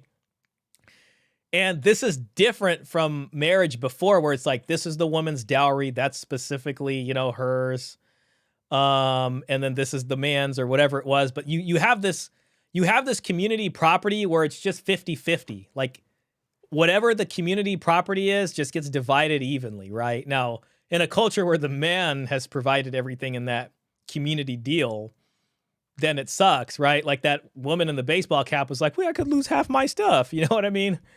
But prior to that, it was looked at a little bit differently, you know? But yeah. Hey, Raymond, shout out to you. Yo, guys, Raymond was streaming for like 11 hours today. I did pop in and out of your stream. I'm sorry I didn't chat, but I was just listening to you as I was doing stuff. And I found it quite entertaining and really cool. But Raymond was streaming for like 11 hours today. Sir, I respect that. I respect that. He even had to brush his teeth in, you know, 12 hours. Wow. Dang. Was it like I mean, it must have been a special occasion for a stream, but that's crazy, man. 12 hours of streaming. Love you, brother. Thank you, man. I love you too, man. Honestly. One of these days, man, we'll go eat somewhere at a nice steak restaurant. and have some fun, man. So yeah, man, it's a blessing having you in here. I'm surprised you're still awake, dude. I'd be like so tired. You must have had a lot of coffee. Giorami says romantic love equals women with all power in their decision making instead of a father brother that has their best interests. Contrary to that, for a dowry, her input was needed, but not overpowering. Well, it would have been balanced in that way, you know. So yeah, I hear you on that. All right, let's move in. Let's see what she's got to say. And how's that working out? This is the love. I don't know. I'm not married. Don't ask He's like, how's the love stuff working out? And, you know, it's a disaster. me. You could ask someone else who's married. Why are modern men told they shouldn't care about a woman's money when men have been taking dowries for centuries? Because I like that question. now you have the opportunity, everybody has the opportunity to be able to make money, not based off of family status. You know, it's funny, too, because it's like, okay, everybody has all these opportunities. The oppression's finally gone. So what the hell's the point of the marriage then? Why? Why even do that? Why even negotiate that contract? Just have kids and just co-parent, I guess. You know what I mean? What? Okay. She's got 2 nose piercings. Not a good start. Kings and emperors took dowries. Why are modern men called not real men for wanting financial partnership? Man, I love that question too. And I, you know, that's the thing about the tradcons is what they're going to want to do is question your masculinity and say, well, you know, that's you as a man. You know, you as a man. The as a man thing is just annoying, is just as annoying as the as a woman. As a woman? You know what I mean? Like, as a man, you're supposed to, why you're about to do that? You know what I mean? But it's just like, well, hold on, man. Like, that's not how it was, you know? Like, yeah, okay, providing, I get it, but prior to entering into this provisional contract, you know, where we got to provide and have all these expectations, there was a buy-in. You know what I'm saying? I guess she is wearing the cap to not show the blue hair on top. I think because the Lord also in the Bible calls men to provide for their family. Now she's talking about the Bible. But then meanwhile, women should have the choice to do this and then do that if they want to, but the man has to do this. But okay, whatever. Let's hear what she's saying. If you want kids as a man after your wife gives up her body and everything, I think that you should be willing to pay for anything. Okay, what's the price? You know, is it the problem is the price, the goalposts on the price keep switching. You know what I mean? Well, she gave you the kids, so that means now, you know, you got to pay everything you have and this and that, you know what I mean? And she's got the smile, you know, she knows what she's saying. So it's just like, here's the problem with this. The problem is that why the whole child giving birth argument goes away as soon as a man starts impregnating more than one woman. You know what I mean? Like, if she wants to get smart that way and then a man goes on the other direction and says, okay, I used to call this going nuclear in child support. If one woman screwed you over that badly and you went and you impregnated 4 other women, those women now they're barely going to get anything. You know what I mean? And the fact is dowries existed in order to combat that issue, because it's like, okay, you want to give birth because you're a woman and you get baby fever too. We all know how legendary that is. It's crazy when it's wrong on so many levels. Like, they make it seem like they give birth and the child is just the dad's. Like, it has nothing to do with her wanting a child or anything like that. So she's already talking about it as if it's a bargaining chip. Okay. But the deal they're trying to get is that they give birth and that the man's entire provisioning goes just to her and to her children, not his children, her children, because it could easily go to other children that he had with other women, you know, and that's what you see happening now, because the men are like, okay, you want to give us a crap deal? Hey, check this out, you know? Oh, damn. Hey, my,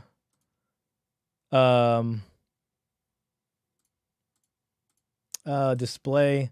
Oh, for some reason, my little Stream Deck stopped working. Oh, there we go. It's working again. Well, anyways, let me just hit the chat real quick. I like it when things stop working and then immediately start working again. Nothing more important than finding a woman with the rich father for the largest dowry. Exactly. Where's my... Which one of these broads? has the richest father. Yeah. What's the dowry situation? It's Let's get the down best. to brass tacks here. What gets me is men are supposed to have a career when he gets married, but women are not expected to know how to cook or take care of children before marriage. Even with that, it's like that labor is not even good enough anymore, especially if you're a guy that makes a lot of money. You know what I mean? It's just not. But yeah, okay. Ever heard of a creator called Barbarossa? Oh, I have. He made some good videos back in the day. Or you're asking Raymond, yeah. And what do men get for all this security, providing, etc.? Please tell us, lady. We got to give up our bodies. What are the responsibilities of these supposed women worthy of this provision and protection? Are they virgins? Princess treatment does not allow for responsibilities. Barbarossa's an OG. It's a con. Trad cons. Hey, Nick, Unplugged Christian, welcome in. Great to see you, man. I hope you're doing well. Man, Elena came in the other day and she said Sandman Sandman was here and he had a back and forth with somebody, or there was like some debate. And I tried to go on the Resurgence channel and look for it, but I couldn't find which video it was. I do want to watch that. First of all, women are designed to give birth. It's a beautiful thing you guys can do. Not to mention with medical technology and C-sections and all that kind of stuff, like it's on a different level of how this is managed today. But you don't see the lioness demanding praise from the king of the pride. Second, men give their bodies to work. Yeah, exactly. And, you know, when the time comes, probably even more. Crazy how school is considered surrogate parents, but they took out home economics out of the school system silently, which is kind of odd. That is odd. The Great TradCon. Yo, shout out to Nuclear. Yo, Nuke, the Great TradCon. Is that a reference to a very old subreddit thread on the Red Pill subreddit from back in the day, the Great TradCon? I remember reading that. Hey, Nick is here. I 100% agree. I think Raymond may enjoy his content, and it is the starting point. It is interesting watching the algo bend. Shout out to the folks in here. Yes. Yep. Yeah, I remember that. Yo, Luke, I know you, Nuke, I watched your video. Well, there's Luke and there's Nuke. So there's a Luke Nielsen in here, and he shared your video where you were on Pearl's channel with another guy reacting to the Sneeko video about Red Pill was dead. I watched all 50 minutes of that, and I enjoyed listening to it. It's from Whisper. Yes. That still exists on the Reddit right now.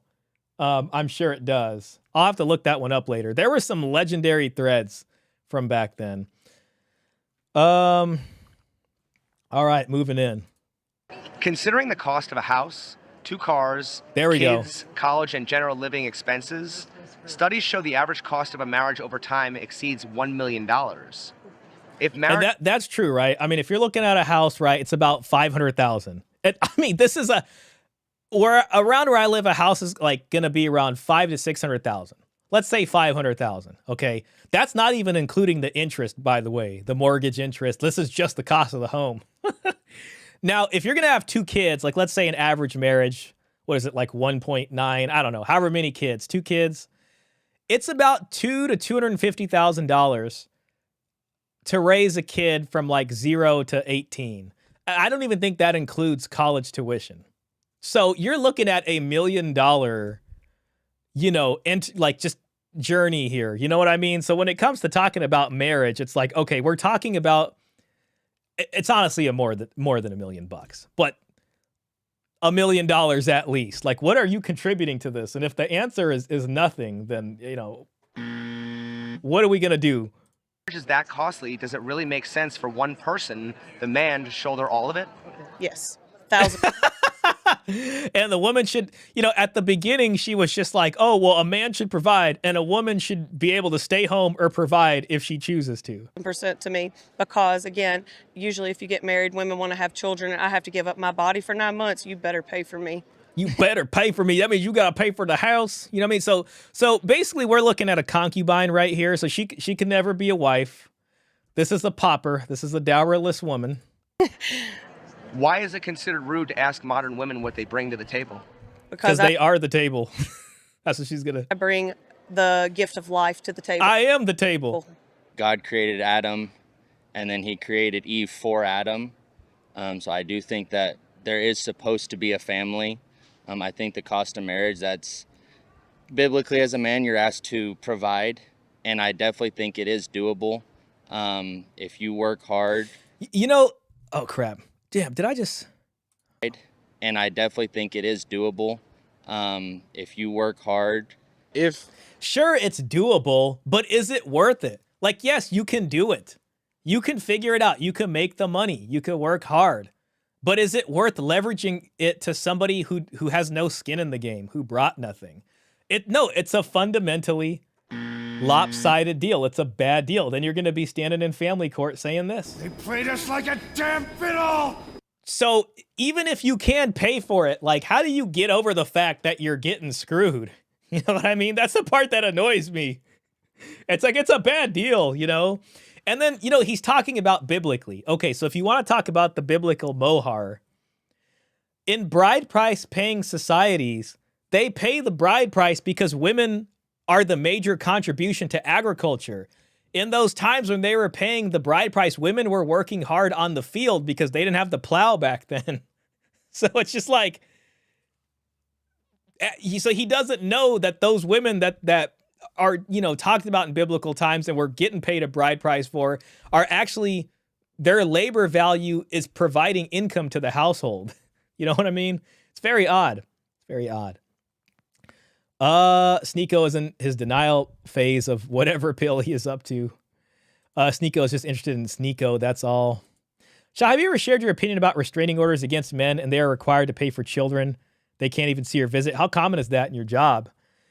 Dude, oh man, no, yeah, I have talked about that. That used to be like the kind of the sort of magic strategy for women. Even if the restraining order didn't get upheld, it would create a new normal. So what they would do is they would make allegations and then the court would give what's called the TRO, or a temporary restraining order. And what this did is it removes the guy from the house and then it sets out a hearing for like 6 to 8 weeks, probably more. God forbid it's COVID. You know what I mean?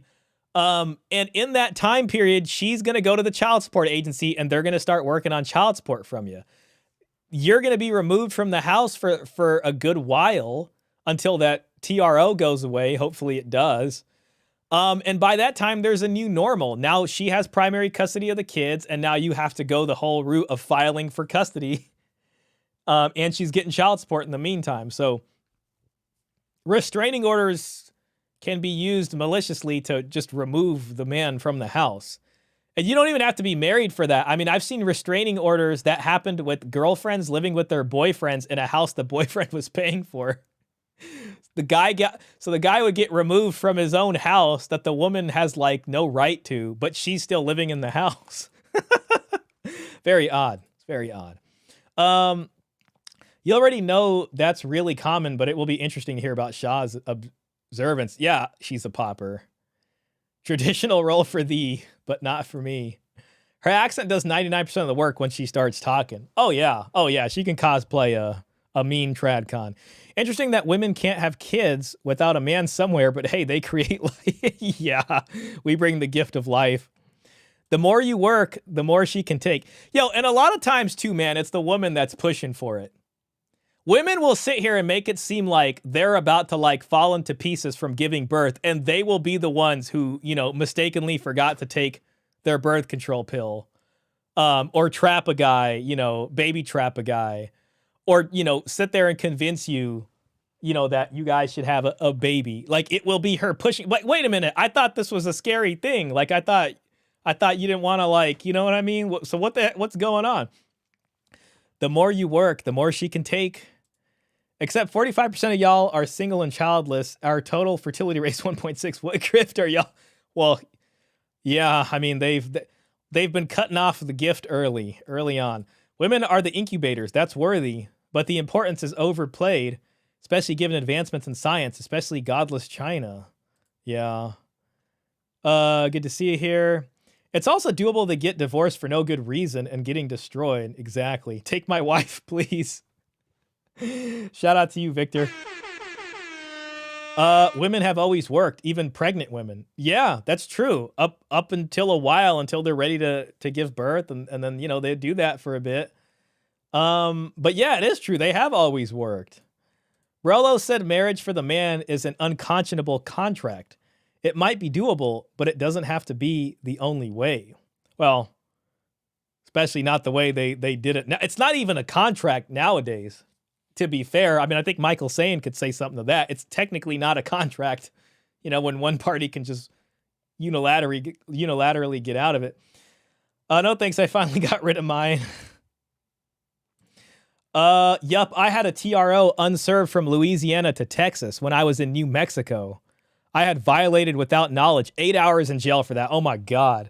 Yeah, God forbid you would have got picked up on a Friday night too, because then you'd probably be stuck in there till Monday. God forbid it's a 3-day weekend. Man, I've seen some nightmare stories. Bro, sometimes the child support agency like would kind of mess up. Like, so we would put bench warrants out for people. Like if they were late or something, or they had a contempt of court, but sometimes a guy would start paying and the caseworker would forget to remove the bench warrant. So you had a guy that was paying and then like he'd get picked up like Christmas weekend and be stuck in jail because they weren't going to have court over the weekend. And he shouldn't have been there I saw some wacky stuff, man. I saw all kinds of welfare fraud too. Avalanche says in that time period, she'll move her boyfriend in while you're still paying the mortgage. Yeah, you will be ordered to pay the mortgage. And then you'll pay alimony for them to enjoy vacations together like I had to. Man, see, I wanted to like have like a little bit of like a ridiculous laugh about that. But when you said like I had to, then I just felt bad. You know, I get it, man. I mean, only because I've seen it, not because I've lived it, but God help us all, you know. Funny, gender is a fluid concept with liberal women until you bring up the dowry. And what do women bring to the table? Then all of a sudden they have a uterus. Sorry to hear that, brother. The justice system isn't fair. Yeah. Oops, we had someone demoted for accidentally not having a bench warrant dismissed. Yeah, I mean, yo, Orem, doesn't it happen like, I mean, it doesn't happen all the time, but when it does happen, it's like really bad. Like, I remember that was a thing. That was a thing you always had to check for. Like, if they had an active bench warrant, like, you wanted to get rid of that. Otherwise, it was going to be bad. God, who was it who got picked up for child support that was a celebrity? I think it was R. Kelly before he, the Netflix thing came out, or was it during that? Your only crime was being a good father. The justice system sucks. Yeah, that's true, man. The man can handle is doable. If you work hard. If the man can handle that kind of financial responsibility, then sure, take care of your family. That's my goal in life, if I can take care of my wife and kids. If not... Listen, it's not about if you can. Yes, you can work hard, save all your money, and you can do that. And that's amazing.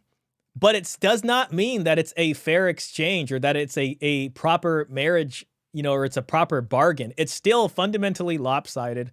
It's fundamentally gynocentric. So I'm still looking at that sideways. Like, just because you can go and lose a bunch of money at a casino does not actually mean that you should do that. You know what I mean? So that's amazing, but still, that's ridiculous. Yeah, throwing innocent people in jail is definitely bad. Yeah. Oh my gosh. The family court system is a complete failure. Thanks, Avalanche. Appreciate that, brother.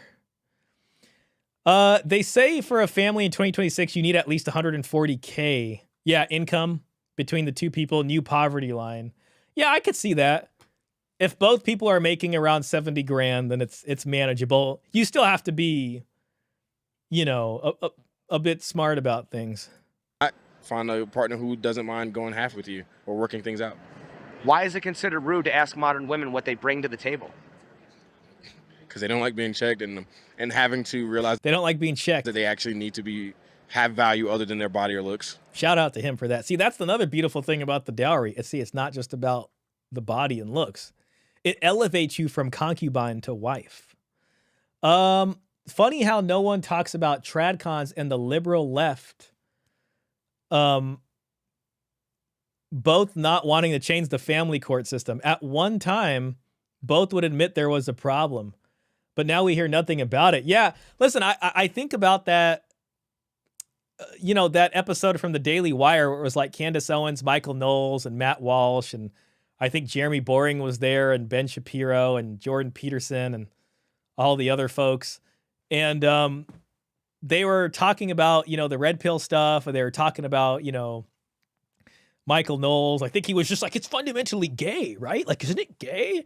And Jeremy Boring, was just like, well, you know what? Like, let's fix family. Like, let's start a think tank and let's invest some money. Like, I'll put some money, you put some money, and we're gonna figure that out, And then like 2 years later, nothing. They never did anything because they're not serious about fixing it, The election, was won on the conservative side, and then they're just like, well, we'll deal with this in 4 years. You know what I mean? The man knows the score. Depends on where you live. A family of 4 needs $220K bare minimum in order to work with ease. I mean, like if you're in California and you're in the Bay Area, I can certainly see that being the case. Biden or Trump, neither wants to change family law. This should scare us. Yeah. I know, man. It's bad. In Southern California too. I remember that conversations where they were cosplaying manly men. It was so over the top comedy to watch from the standpoint that it was gross cosplay. Yeah, it sounds like something they would have made to try to like emulate like an Andrew Tate style or something. That would be kind of funny. I think I know what you're talking about. It's been a while. If a woman brings no money to a marriage, what value does she bring? It depends. I mean, if you have a good woman, even if she doesn't have money, that's fine. But are you my piece? Now we're moving into the realm from tangible to intangible. All right. I can't see this. I can't touch this. I can't get half of it after a divorce. Happiness. Can you support me? Can you pray for me? Can you? All intangible. Obviously could. Can I put my keys down on an intangible table? Can I come home from work and take my wallet and keys out and put that on a spiritual intangible table? Like, will it defy gravity? Because I like to eat, the things like that. It could be non-tangible or like intangible things that she could bring to the table. Wow, he literally said intangible. No, we're gonna need tangible for tangible at this point. Sorry, intangible hasn't been working. They can easily pull back into intangible way too much. I think about Coach's marriage wheel after the investment phase where the wife becomes a feminist, kind of like this lady. Yeah. Why did women contribute more when they weren't working, but contribute less now that they are working? Ooh, good question. Forced. Can you explain? I think they were forced. Yeah, I mean, a lot of husbands used to beat their wives if they didn't do what they said, and that was acceptable back then. They couldn't get divorced, and they didn't want to leave their kids with their husband. Some people were bad. Sometimes bad things happened. That now means all women were oppressed in their marriages going back hundreds of years. They could threaten to take everything away from them, and it was harder for women to find jobs back then versus now. Feminism is great in concept. Right? In concept, okay. That's the main issue. The things they go after men for and require are tangible to some extent, and certainly tangible in the enforcement. But the other side, unenforceable and not enforced. Yeah, how do you enforce any of that? And the court orders ex-wife to continue to pray for husband's well-being. You know what I mean? Like, it's not going to happen. Right, and we love women. We love to protect women. Women should be able to do whatever, like in the sense, but like, the feminist mindset has also like damaged relationships and marriages and the dating culture and all of that things. Do women want to be independent while also being provided for? And if so, who's more delusional in their wants? Oh, the woman in the baseball cap at the beginning of the video was like, men should provide and women should be able to stay home or work if they want to. And it's like, okay. Oh, what a crock of crap. The same BS, less than 1% happened, but the main talking point every single time. Exactly. Beating your wife was not acceptable back then. Such a minority of women were legitimately beaten by their husbands. It did happen, but they act like at least half were dealing with this. Yeah, and why aren't they talking about the wives that were beating their husbands? You know, like even nowadays, like isn't like almost like half of domestic violence, maybe even more, done by the woman to the man, or it's both people to each other? At least in Germany, they changed to 50-50 custody as the default now, but our birth rate is around 1.3, 1.4 for a long time. Well, at least it is the default. 100%. I know a ton of women who want to be like independent, but they want to be taken care of. And it's like you can have both in a way, but you have to know how to like walk that line accordingly. You know, especially in your marriage and your you can have your cake and eat it relationship. Too. So definitely the women. Why is her money, but his money is our money? Feminism. Why won't women go halves on anything financial in a relationship except divorce? Because they feel like you should pay for it. I don't know. I try to go halvesies on everything. First date, I'm offering to pay for half the tab because I don't want a man to ever have financial power over me. Because I offering to pay, but are you paying? Feel like I'd owe my partner. Do you think that's why guys do that? Is because they want to? Yeah, it's a big control thing. It's if you don't have any money, you can never leave. Why? Yeah, as women leave marriages like every day in this country. At one point, they have to react to the birth rate. Throwing money at the problem is not working. Yeah, they're going to have some type of government-mandated dowry. Or something like that, that puts the people into homes and incentivizes them to stay there. I could see something like that, but will they? I don't know. Maybe. In most cases, it is mutual abusiveness. But when it is one-sided, it is majority of abuse of, looks like it cut off there, of men, I think. During our divorce trial, they asked if I was going to put my daughter through college. I told them that is not as important as being a wife. I told them it will be up to her husband. Everyone gasped. Michael, picturing that, like, oh my God. I'm glad I wasn't in that courtroom because, like, I would have probably lost it. Oh my God, that's hilarious, man. You know, and to be honest, Michael, I think that was a trick question because it's like you're not legally obligated to pay for your daughter's college. But what they were trying to do was probably get you to say that so then they can order you to pay for the daughter's college. I don't know. Something about that sounds real suspicious. You know what I mean? That's amazing, Michael. Oh my God. I wish they would have been recording. That's one time in court. I wish they would have had some cameras there. I would have loved to be just a member of the public that day.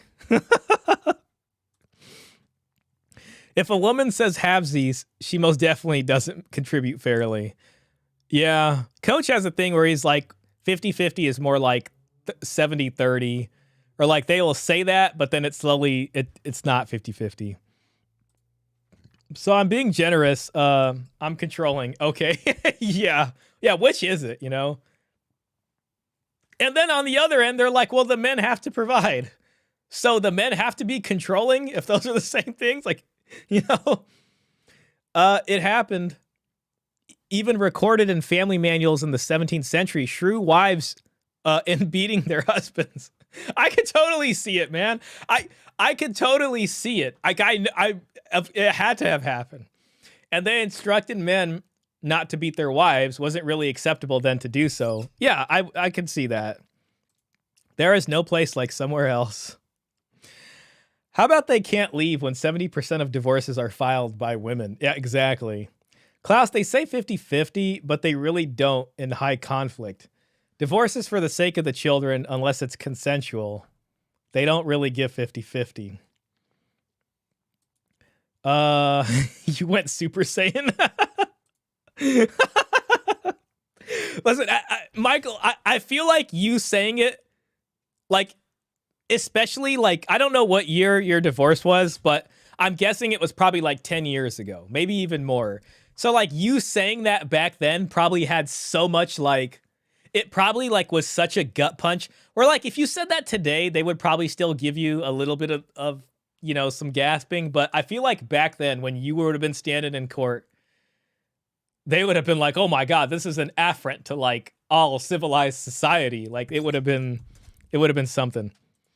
Yeah, they were about to set Michael up with that. They were trying to set him up to be legally obligated to pay for her college. You know what I mean? Halvesies the first time. Saying out here slam dunking on those scumbags. Was working on gaming the judge. Yeah, but exactly. They do over her now. They do over here now. I'm sorry. The wrong abuse accusations thing worked for a short while, but the courts now have caught up. Well, that's some good news, man. That's a bit of positivity, right? Shout out to the German courts. Exactly 10 years ago. Wow, you're good, Shah. Lucky guess, man. Lucky guess. That was a good one, Michael. I swear that was so funny. Why can a wife say, my feelings changed, but a husband can't say my finances changed? I'm not happy. I think he can, but if his finances have changed, he needs to be looking for somewhere else to get some more money. There you go. Otherwise, she's going to court, right? What else does that mean? I mean, it is our job to protect and provide. So in that sense, when you get married, you are agreeing to provide for your wife. However, again, having a good wife. This is why at the time of marriage, she should have a dowry. Yes, if this is what you're expected to do, then that position she's going to be occupying needs to be bargained for. If things change with your finances, she should be willing to step up without question. Didn't the dowry exist to make obligations mutual? In a way, I think, but also that helped out not just the wife and husband, but also both families back then. Yeah, what's wrong with that? Yeah, both families had better relations with each other after that. They were like, look, we got a successful marriage. There's more property between us now. So I thought this was about family. Peak feminism across the board, men and women, was definitely 2000 to 2015. Yeah, I think you can. I mean, there was a lot of feminism like in some of the years before that, but I could see that, like especially some of the nuttiest things or like the most. Yeah, I think there's a case to be made. It's also her job to provide. Snooky for her husband. No Snooky, no provision. Well, definitely not, that's another one of those things that can't be, enforced. Funny thing is, you still pay the same child support even though 50-50 custody, which kind of negates the idea. The money part is still the same. At least they can't blackmail what's seeing the kids. Like if she's a stay-at-home mom or like she doesn't work, you're going to pay the most if it's 50-50. Now, it's still a little bit less than if it was 0-100, but if she has no income on her side of the calculation, it's still pretty significant. So having 50-50 doesn't change it that much. How come in marriage counseling, the counselor says the man needs to make more money, but doesn't tell the wife to love her husband more? Well, gosh, anybody I've talked to that's gone to something like that, they've all reported that it really didn't work, and it might have kicked the can down the road for like a couple years while they were doing the therapy, but it never worked, or they would just kind of take the woman's side. At least it seemed that way. In the minute that they were taking the guy's side, the wife would be like, we have to find another therapist or something. You already know the answer to that question. Gynocentric system in psychology. Yep.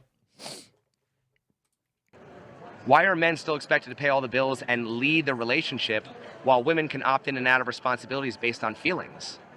I don't think that they're able to opt out of responsibility, especially if they have children. Now, if children are they dip in and out all day in the mix, that might be a different scenario. But if she's doing another version of this. Children are in the mix, the woman always is the default parent. The woman is always the default parent. Oh, okay. Well, not in Kentucky, I guess, anymore. Hopefully that spreads around. For sure. Why was dowry done away with? To try and make marriage seem more about love and less transactional, I think. Oh, there you go. The love fantasy. Like something changed, and as society progressed, they was like, why should we keep doing this? And I think men also progressed, or maybe even women wanted to not have to be put in arranged marriages and things like that, and they just wanted to be with who they wanted to be with. What would dowry look like in a modern society? That'd be weird. Could you imagine like marrying a girl? Could you imagine a woman saving some money for her marriage and actually contributing something? Could you imagine a woman, engaging in a monogamous situation where she brought something other than her looks and her body? And then her dad gives you money for it? Like, here's my daughter. By the way, here's $50,000. See, and the way she's talking about it is showing she doesn't understand what it is. It's contributing an amount to the establishment of the household. What it would look like is you just graduated with your engineering degree and you started your first job. And somebody is like, okay, listen, we're looking to get our daughter married. She decided not to go to college. Maybe down the line when the kids are older, but we saved her college tuition and, we got about $150,000 here. We were going to use that for her college, but, we're thinking marriage makes more sense. You seem like a fine, young, upstanding gentleman. You just started over there at Engineering Co., whatever the name is, and you're making about, $112,000 a year starting, and that's got a pretty good prognosis as far as growth goes. We're going to put this money down into the house, okay? Provided you want to get married to my daughter, and yeah, y'all get the family going, man. Shout out to the families out here. That it would look something like that. You know what I mean? That's what it would look like. The ironic thing is marriage has become even more transactional. So if that was the goal, they friggin' exactly. Dude, fantastic, man. Fantastic, bro. Exactly. The craziest part. I guess he misspoke. He meant regress, not progressed. Can you imagine a woman staying a virgin until marriage? Can you imagine her having a dowry solidifying her place in a family, in a strong family and structure? Oh my God. Yeah, gasp. If marriage is about commitment, why do women think it's okay to divorce when you fall out of love and think the dowry and prenups ruins the love aspect of marriage? Why do women think it's okay to divorce when you fall out of love? Yeah, there you go. That's the problem with making love the centerpiece of the marriage is we all know it cannot stand the test of time. It's not going to work. You know what I mean? And love is just an excuse to enable one-sided hypergamy, especially if we go with the men are in love, women are in business routine. And so that's, it's unfortunately designed to pull the wool over the man's eyes. Thanks, Michael, saying psychology is a dumpster fire. I can write essays for days about it, both family and mental health. Hey, Kyle, welcome in. Context clues suggest that these interviews are taking place at some sort of cowboy convention. But given the comments made by the female interviewees, I'd call it more of a hoedown. Oh, man. That was a good one.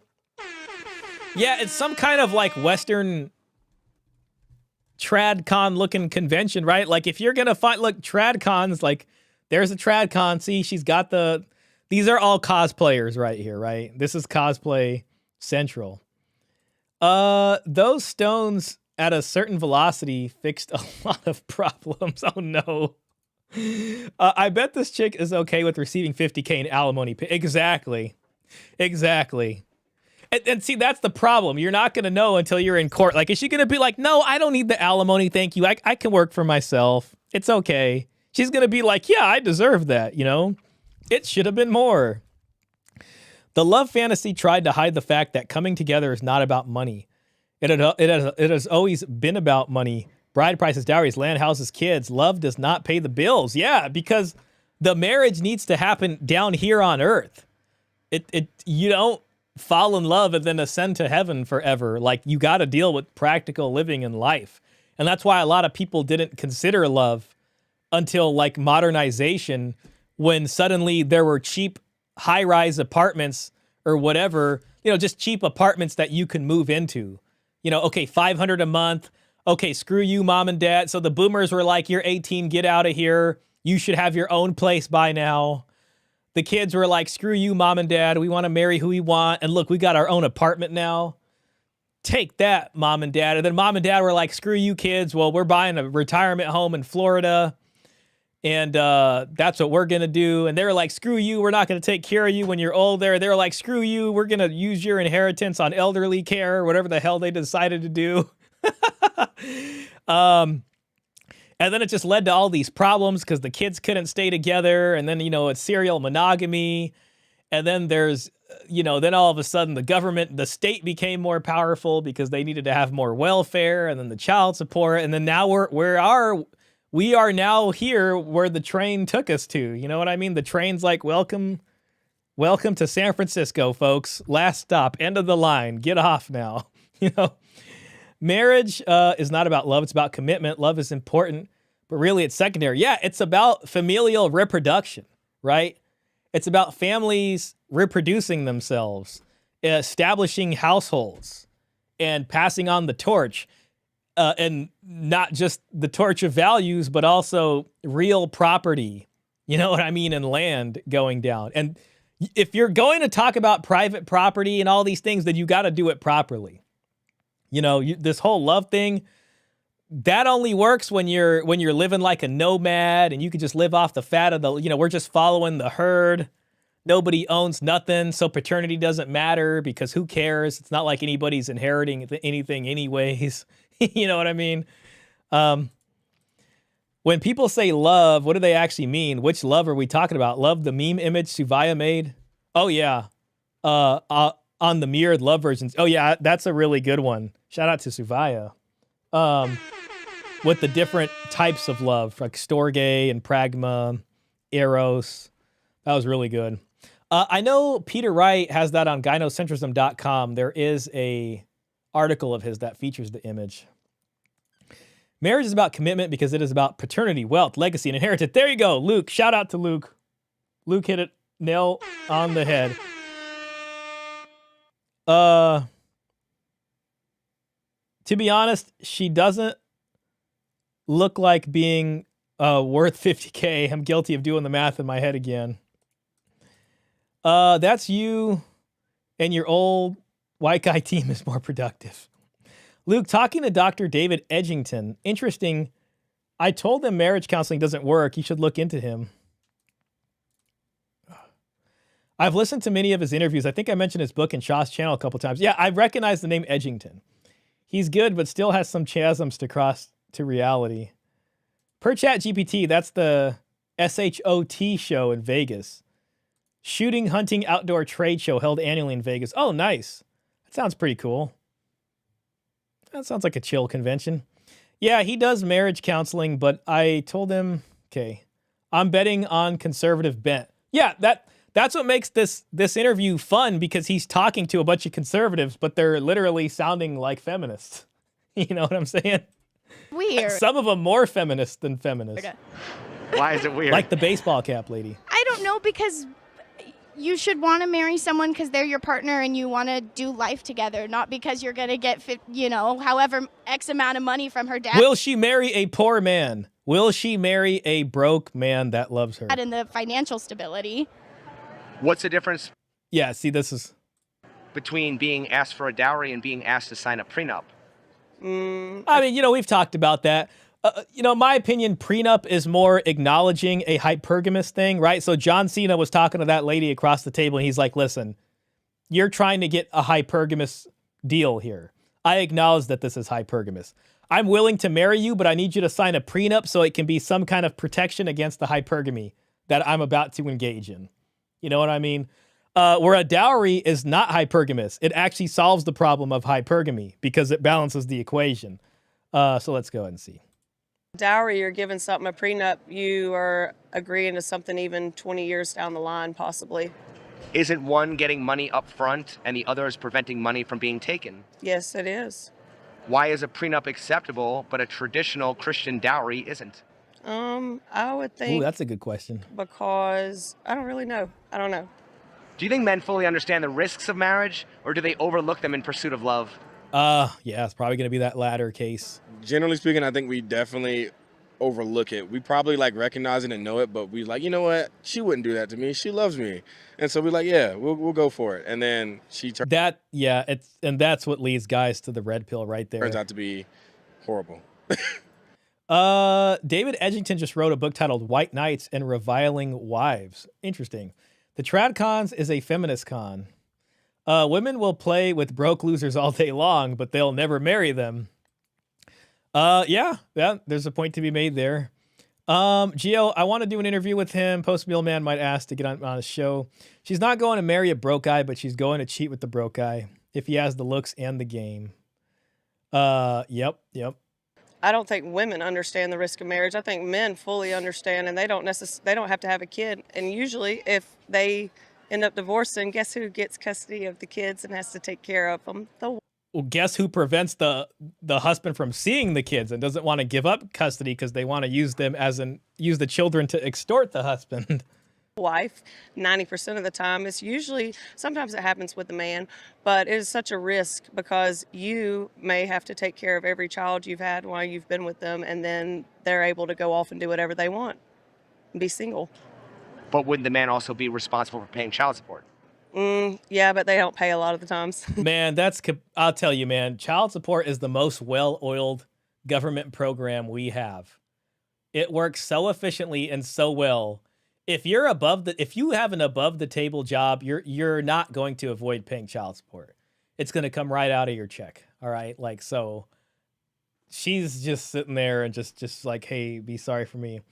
Hey, Sean, Bratvi, a Male Space did a video tonight with Sufjan Fannin and Jordan Polak in case y'all are interested. Yeah, guys, please check out a Male Space's channel. I don't think he's here tonight, but he's been producing some good stuff over there, man. So we're big fans of a Male Space over here. Thank you, Luke. The black guy is right. Bait and switch. The bait and switch. She is a single mom. That sounds like one. She's talking like one. Women marry for love because love puts control in their hands. Yeah, it is all about them and expecting the man being romantic and gives them permission to leave when the man stops worshiping them. Yes, very true. What real risks are there for the woman? Compared to the risks to men, insignificant. Daddy government takes care of women. Men left to the street and grave. And the thing is the risks are mitigated for women.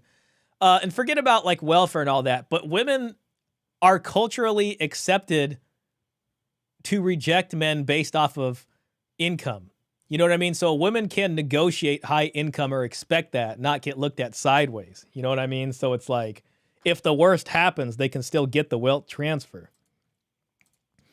Shah, what would our economy country look like if we did not have the child support system?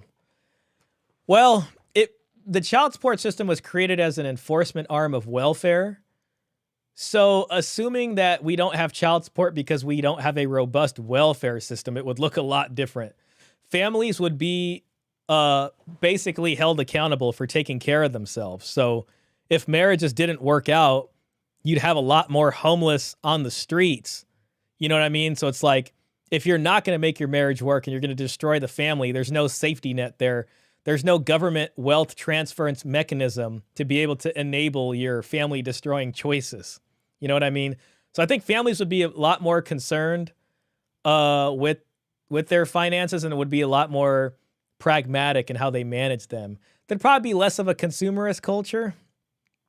And I think people would be a lot smarter in picking, spouses. So I think it would be different in that way. I don't know about like overall economic trends and things like growth. Maybe it would show less growth if people were spending less money. But it would still be a country with probably less debt and people having less debt. I think people would just be a lot more responsible and they'd be living together. That's at least my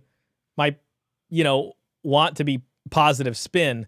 Now, if you visit countries that don't have welfare programs and things like that, you will see, here's the first thing. When I've gone to third world countries and I've seen the homeless people in my face and them begging me for money and pregnant women holding even toddlers asking me for money, what I realized is that the people there, all those people actually exist in the US right now. It's the same humanity. The difference is we have so much money that we can pay those people to be off the streets and just put them somewhere. So they're not constantly in your face asking you for money. Though I will say in some places it's getting pretty bad, especially here in California. But yes, those countries, without that welfare system, they would be out there selling you cheap sunglasses for $12.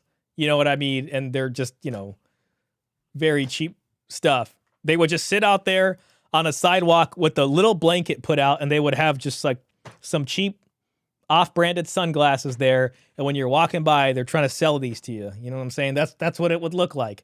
Oh, and the sidewalks wouldn't look as nice either. God forbid you're in a wheelchair. You know, there would not be much sidewalk compliance here. It's going to be real tough to get around. There's going to be a lot more riffraff. So yeah, either of those.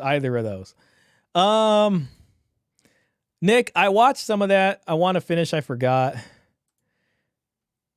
Let's see. The 2,800 in the sign is for the number of booths there, by the way. Sounds like a gigantic conference. I've been here. This is the Las Vegas Convention Center, so they hold all kinds of stuff over here. Yeah. If we did away with child support, welfare would do all the heavy lifting. Yeah, that's if welfare stayed.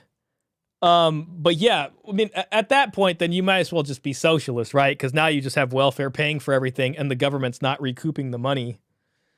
Yo, you know what was interesting?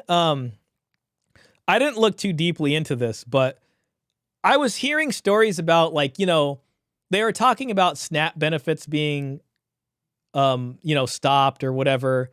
And then they were talking about stores and how it would affect grocery stores who actually, like, a significant chunk of their sales is actually from food stamps. You know what I mean? So the government pays food stamps. The people use the food stamps to purchase goods at the grocery. And it just got me thinking about, like, how much of the economy is actually propped up from welfare dollars that go out there. Interesting thing to think about. I don't know exactly, but that would be, to answer Gio Remy's question, that would have a reverberating effect on the economy. People would lose jobs, you know, because some of those welfare dollars, aside from, like, state jobs created, actually pays for private sector jobs by these sales. Shah, if child support is all about provide the child their needs to keep them out of the welfare system, then why do rich people have to keep their child's value of life the same instead of welfare? Well, that's the thing. I mean, welfare influenced a lot of these family codes, you know, and a lot of it is just like, well, the child is entitled to enjoying the lifestyle of the father. And they use that word lifestyle. So it's not about a base minimum, because welfare, there's a base minimum. You know what I mean? And then at the same time, if you put the guideline to match lifestyle, that's a higher child support amount. So the money that the child support agency collects reflects better on their performance measures. I mean, it all kind of feeds in. Thanks. I'll check it out. Wouldn't child support be better to say the man should pay what welfare pays for children without fathers? Couldn't they just find a moderate cost of living? Yeah, there should be a minimum. It's like, just because the guy's an NBA player and she leaves on a no fault and takes the kids, she shouldn't be entitled to anything more than welfare would give her. And when child support started, it was just about recouping the welfare funds that were expended, literally. But it's not about that. You know what I mean? So child support expanded to go beyond the welfare, and it just created this new system of family law that we have, where private and public family law are merged together. You know, I was an Orthodox Presbyterian church pastor. Shout out to Nick. In a convention hall full of firearms and assorted modern weaponry, the most dangerous thing is a woman in a baseball hat and denim jacket. That is a very interesting, poetic way to put that. The guns will kill you. She'll make you wish you were dead. That's a very astute. That's an interesting comment there. They've started using EBT people as a slur. I think that's kind of funny. This is wild. So enjoy the lifestyle of the father while the child cannot be with the father in most cases. Yeah, that's what it says in the codes too. And lastly, have men been blinded by love, or is love more important than the financial reality of sustaining a 25-plus year marriage? And they call it, you know, they say love is blind. Both. As men, we want to be loved. We want to have that person. But at the same time, we also get blinded by the fact of love that, hey, this could be a bad financial decision. But we don't care. Yep, there it is. Man, great episode, man. Shout out to John from It's Complicated channel. Oh, there's John right there. Yeah, pretty sweet. Oh, what? Where's the sound? Are two sides of the same gyno. You ever hear the expression chivalry and feminism are two sides of the same gynocentric coin? It's basically both place women at a status above men, both place women on a pedestal. So we have to kind of like realize that chivalry is the very premise that feminism is based on. Feminism would have never gained traction without the help of men. So I think that we have to look at this idea that women are prioritized. They are the prize, whether you're a liberal like Destiny or whether you're conservative like Crowder. And it's all about keeping the happy wife, happy life, got to keep her happy and stuff, right? And when institutionalized chivalry. Women have options, and when women have power, they tend to abuse that power. Now, maybe men would do that too, but all I'm saying is there has to be some type of checks and balances, and there used to be checks on hypergamy. That's what Shah talks about with the dowry. Hey, now there's a shout out to Shah. Whoa, I didn't even, man, that was so cool. Wow. Checks on hypergamy. And I swear to God, man, John is out there just single-handedly just battling the wolves, man. I'm telling you. I think there's a male version of. We need more AI art of John. About with the dowry. Now I gotta hear it one more time. Balances, and there used to be checks on hypergamy. That's what Shah talks about with the dowry. Now there aren't. And I think there's a male version of hypergamy. I think that women wanting the bigger, better deal is the equivalent of men wanting the younger, hotter chick, or maybe even multiple women. But the family court only punishes men pursuing their hypergamy. You ever hear the expression chivalry and feminism are two sides of the same gynocentric coin? Yeah, what a sweet short. I'm glad I randomly clicked on that. And I do agree, you know, and I think some of the manosphere folks will say, no, only women are hypergamous. But I believe both men and women were hypergamous and are governed by a hypergamous, you know, kind of impetus there. And the dowry system shows men were hypergamous because they were trying to get the bigger, better deal that they could from the marriage bargain as well. So, you know, interesting conversation there. Man, what a fun short that was. Wow. Wow, that was really cool. Personal Responsibility Work Opportunity Reconciliation Act of 1996. Yep, Perora. That's what changed the way, that gave child support a lot more power. That was the welfare reform bill. That's what changed AFDC to TANF. And made child support a very powerful system. Men are in love, women are in business. CGA, absolutely. Shout out to Coach Greg Adams. Shah, is anyone trying to change the child support system? Is anyone challenging the cash for kids? Aside from men's rights activists, no. Nobody else is meaningfully doing that, unfortunately. They always say in the manosphere, men are in love, women are in business. It's simplistic, but it is true. It's a racket. Kidnap your kids and make you pay as a wage servant. Yeah, basically. Institutionalized chivalry. Sounds awful. Thanks for telling me. I'm looking that up. I left my family and childhood church, been floating out there looking and not finding a home.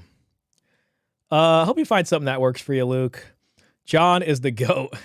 He's putting out the truth. John has been, man, he has been out there really in the trenches. John is awesome, indeed. I love his questions and putting the discussions out there. Very much so. Very much so. And I'm very grateful. I mean, to have another episode on the dowry, too, that was at least dowry focused, and putting that as a talking point out there is you know, more than I deserve. I would recommend very few churches. Most are full of simps and would throw fathers under the bus. Women want resources, men want sex. It makes perfect sense. John is a magician with those questions. He very much is. A basic example of hypergamous is what we desire for looks. Men settle and are content more. But even men want a hotter woman than them. Yeah, and you know, he's mentioning in the short, men are punished for that, where women aren't.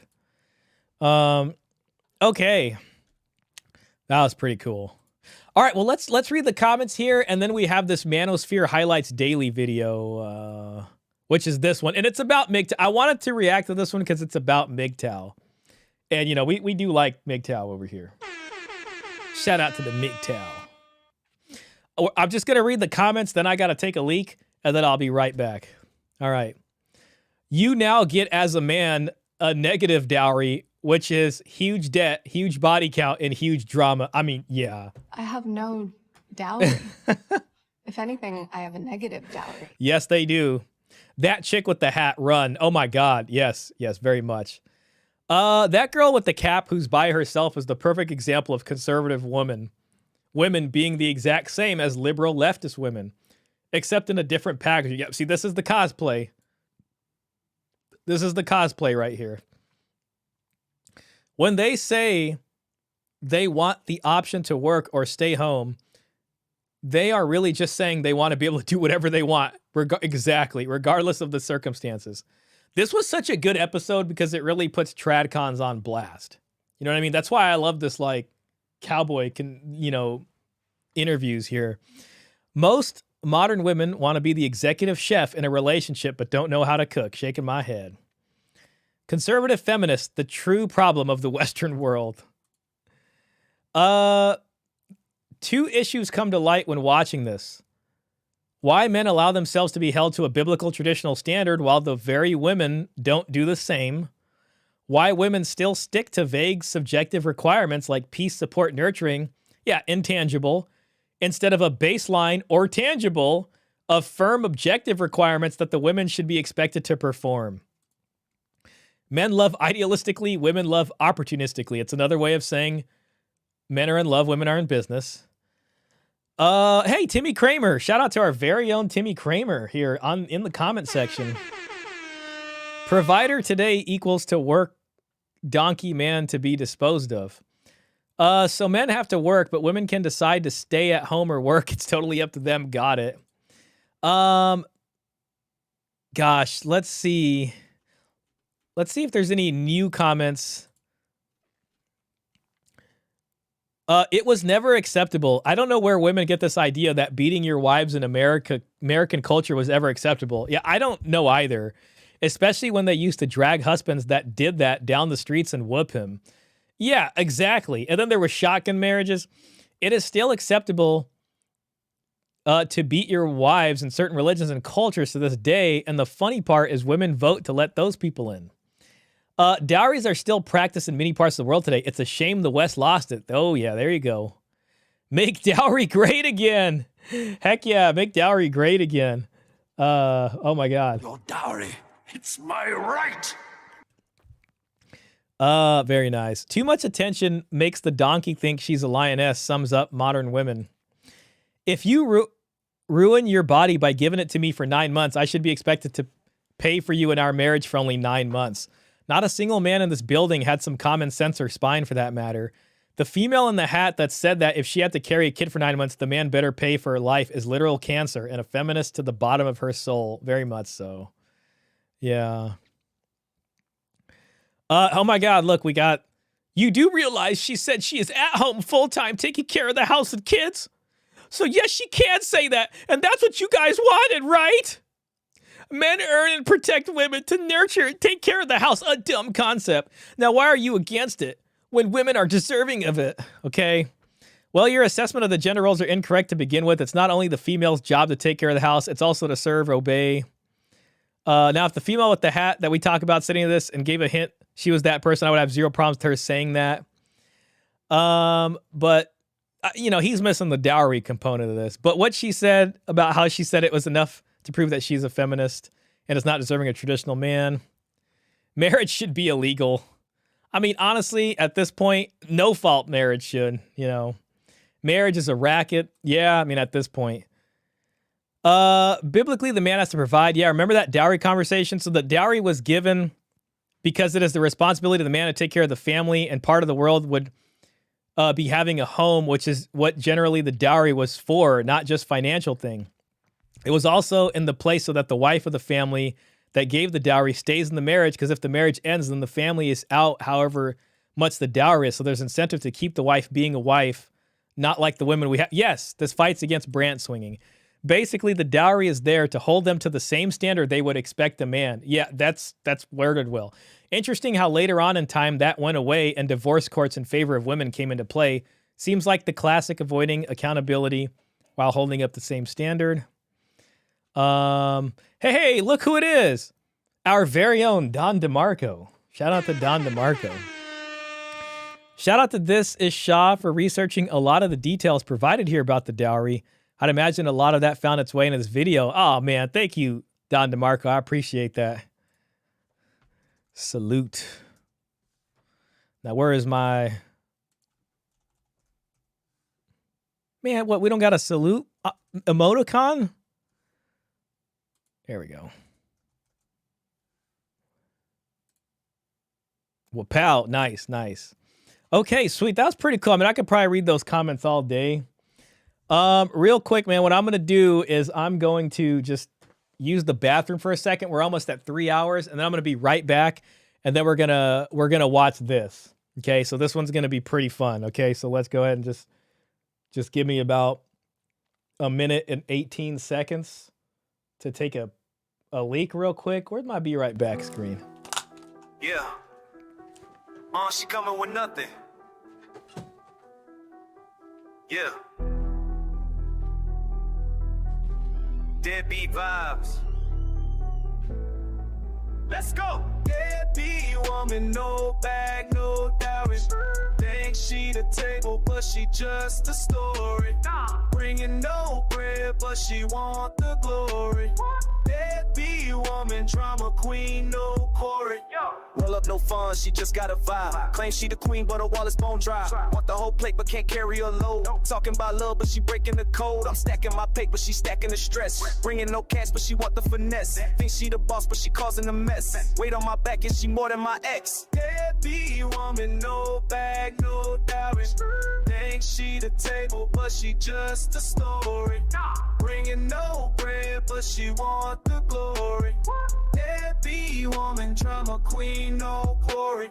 808 quick, yeah, my bank roll thick. She show up empty, trying to pull a quick trick. Say she hold it down, but it's all cap. Emotional baggage, yeah, she got a full pack. I'm dodging like chaos, she stirring the pot. Claiming the workload, but she giving me squat. No coins in the purse, but she talking so loud. Deadbeat vibe, she ain't drawing no crowd. She pull up, no hustle, just running her lips. Expecting a throne, but she sinking my ship. Got dreams at the top, but no grind in the soul. Leaving me broke while she playing the role. I'm out here hustling, she just want to shine. Talking about feelings, but she crossing the line. Her drama's a storm, yeah, it's clouding my peace. Deadbeat energy, man, I need a release. Deadbeat woman, no bag, no dowry. Think she the table, but she just a story.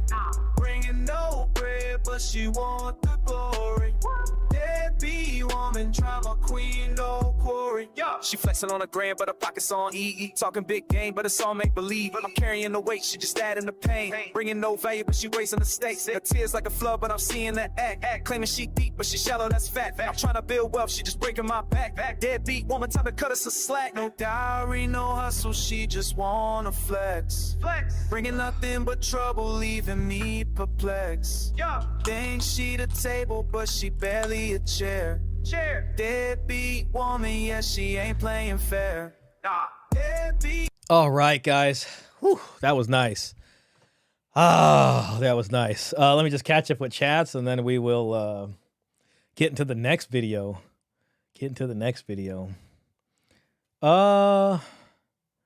Negative dowry. Is this the woke Pedro guy? Yeah, he is. But the video is about a character he plays, you know. I think I've seen this guy with some ridiculous takes. Yeah, he's a typical Hollywood guy, you know what I mean? Women marry for money and love. They want to feel worshipped and taken care of. They won't marry a broke man who loves her, but will marry a rich man who doesn't. Shows her true priority in marriage. Exactly. Women don't want to talk about dowry or prenups because it expects something from the woman. Not because it's about finances. It's not about finances that helps her. I've learned a lot about the forgotten concept of dowry in the feminist West listening to This Is Shah. Thank you, Nick, man. I appreciate that. It was definitely, been fun talking to you and the folks about it over at the Resurgence. But yeah, I appreciate that, man. We've been having a fun time talking about the dowry, and I appreciate the folks that come here and hang out and discuss it and think about it. So we've been having a pretty good time with that, man.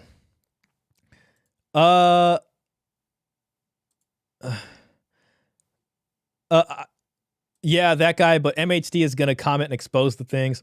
I talked to Dr. David Luke. I think he expects marriage counseling to change everything, but marriage counseling is unbiblical because it puts a third person in the man's marriage, making them equals. Okay. Guys, I just thought this was a fun video about MGTOW. It certainly gives MGTOW some shine. You know what I'm saying? And, you know, I think there's a lot of people would try to write off MGTOW or say it's just guys that can't get women or something, but you know, it's not true. It's just guys that are like, you know, the juice isn't worth the screwies, or I can, or I have, or even been fully married and had a family and finally just decided this just isn't worth it for me. Or they do see women just on their own terms that may or may not be accepted with the society at large. MGTOW Monk, shout out to Luke Nielsen. All right, let's move in with this. What if I'm not capable of it? Of love? See, of love. We're immediately talking about love. Makes me feel like an idiot. Most people finish Materialists talking about Lucy. But and remember, so you see her right here, that's where this sound effect comes from. I have no dowry. If anything, I have a negative dowry. But Harry is the character the entire story quietly depends on. Harry, the unicorn, the statistical miracle, the man every modern dater claims to want, and the one modern dating can't actually keep. But you are what we call, in my industry, a unicorn. We didn't dive into him in the main breakdown for one reason. Harry isn't just a rare man, he's a roadmap. He is what a man looks like when he stops playing the romance script and starts playing reality. So this is the high value man, I guess you can say, or a expression of that. Bodies a question most women fear, and most men are starting to ask. Hopefully it's what not too happens loud. when a man upgrades himself but refuses to emotionally subsidize a broken dating market? Harry's scene with Lucy doesn't just expose her contradictions. They reveal a philosophy modern society labels dangerous, selfish, or anti-romance. But the truth is simpler. Harry is what going your own way actually looks like. A man who built value, a man who learned the rules, a man who engages with women without handing them the power to ruin him. And when you really watch his interactions with Lucy, the ease, the distance, the emotional discipline, you see why this philosophy works and why modern society is terrified of men who adopt it. Because when a man... I like that kind of discussion there of interacting with women in a way that doesn't give the power to them. And, you know, I could see that as one way to describe a MGTOW. Man becomes the unicorn, but no longer needs a woman to feel complete. The entire dating economy loses its leverage. Let's break down the character who exposes the truth. The movie worked very hard to soften. Quick note, to give you the best experience without copyright interruptions, our full uncut content is available on Patreon. Misconceptions about a man going his own way. Okay, yeah, see, this is what I think I decided to be like, hey, let's react to this one.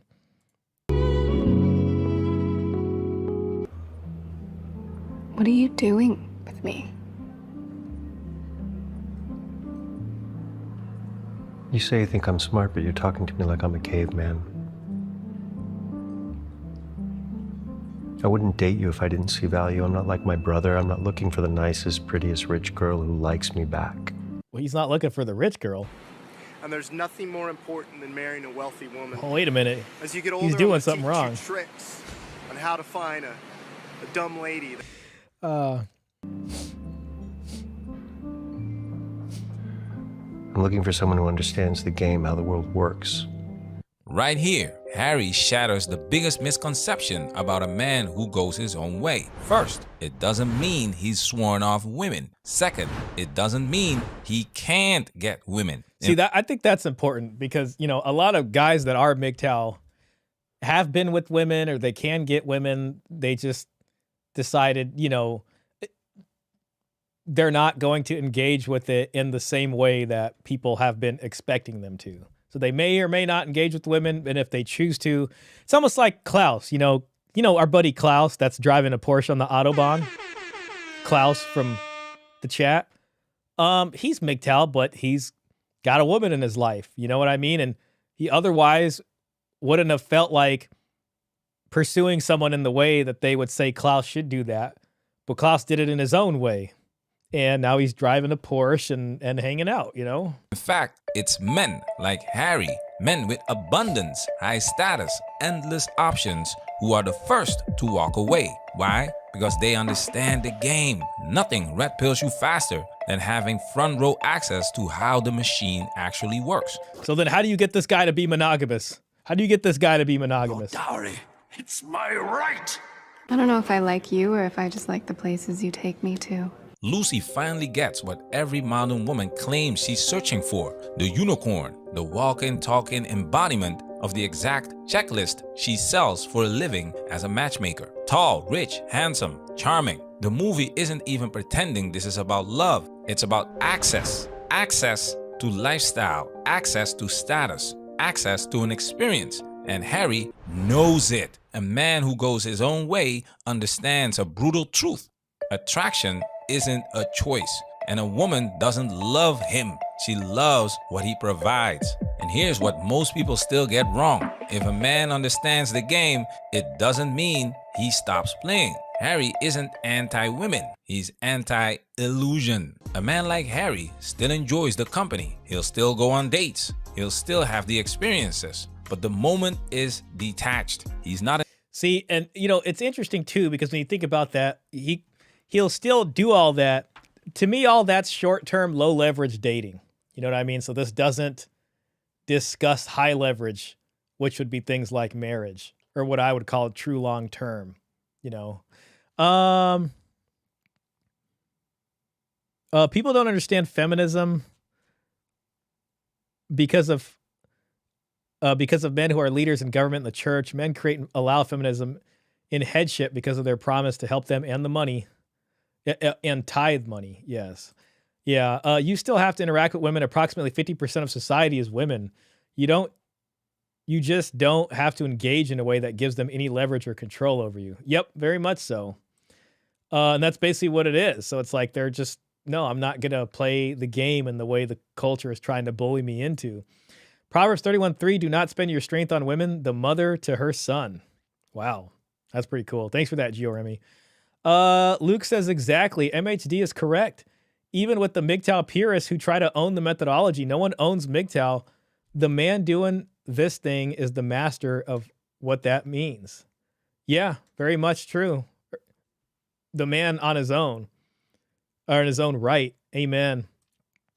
Men in leadership allowed feminism, the abolishment of the dowry, the leadership in the church. Men gave women the right to vote in divorce and buy property. It's men in power benefiting from women. That's an interesting way to put it. I personally like monk mode. Some guys don't. That's okay. Only the man knows what his capabilities and goals are. Very true. I like that a lot, Luke.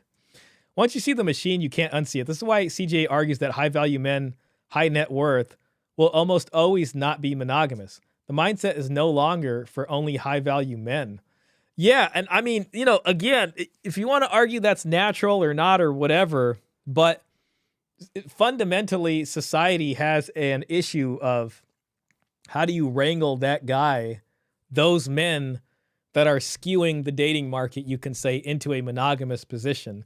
And if you can successfully do that, then you can create a positive, assertive match going down the line. And that was accomplished with the dowry because it made it rational to have one wife. Instead of multiple ones. Investing his soul in a transaction he can see coming a mile away. He's not off the market. He's just no longer buying the fantasy they're selling. Harry plays the game with clarity, not attachment. And that clarity is what makes him dangerous.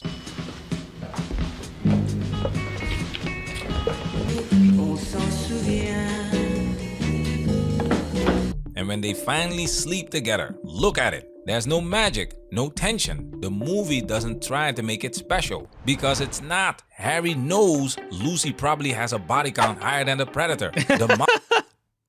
I like his breakdown of this scene. Modern woman engages in hookup culture in her college days. So when they sleep together, he doesn't see a sacred bond forming. This scene isn't about intimacy, it's a transaction. Lucy isn't bonding with Harry. She's sampling his lifestyle. Sex is no longer the bridge to love in this world. It's part of the audition process. And that's the perfect, bleak irony. Harry is Lucy's mirror. She sells a fantasy checklist to women. He is that checklist. Their relationship isn't two people connecting. It's a business model dating its own product. That awareness doesn't make him cold. It makes him free. But here's the twist. The movie hides in plain sight. Harry isn't a unicorn because he was born one.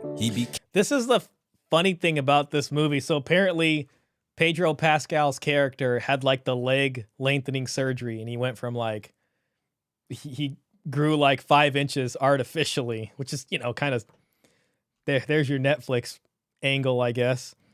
People are trying to force going your own way into being their way. Silly. You are correct. MGTOW means doing it your way, not following a script. Very true. Average men worship women. Women worship high-value status men. High-value men in leadership positions in the church and government. So high-status men give women power to be worshipped more.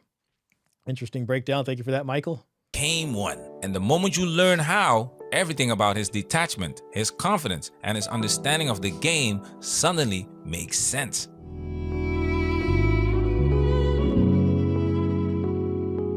I made an investment. A body's like an apartment. You have to invest to get the value back. I know it sounds stupid breaking your legs to gain a few extra inches, but we keep saying definitely worth it. Changed our lives. So you came clean about the leg enhancement surgery. With women, completely, of course. Women just And then he talks about how after he got the surgery, he hasn't struck out with women. approach us and talk to us now, which never happened before. I haven't struck out since. This is one of the most devastating truth bombs in the entire movie. Harry admits he went from 5'6" to 6'2" through surgery, and they dropped the coldest line in the film. I haven't struck out since. Let that sink in. His personality didn't change. His values didn't change. Hey, check out those, the hell are those? Those are Jack Skellington pants. His character didn't change. His sexual market value changed. 6 feet or taller was one of Charlotte's non-negotiables, so glad he did. This one confession exposes the entire lie of modern romance. Attraction is not mysterious anymore. It is engineered, optimized, purchased, and Lucy knows it. And that's why she calls him a unicorn. Not because he's rare spiritually, but because he's rare statistically. What if I'm not capable of it? Of love?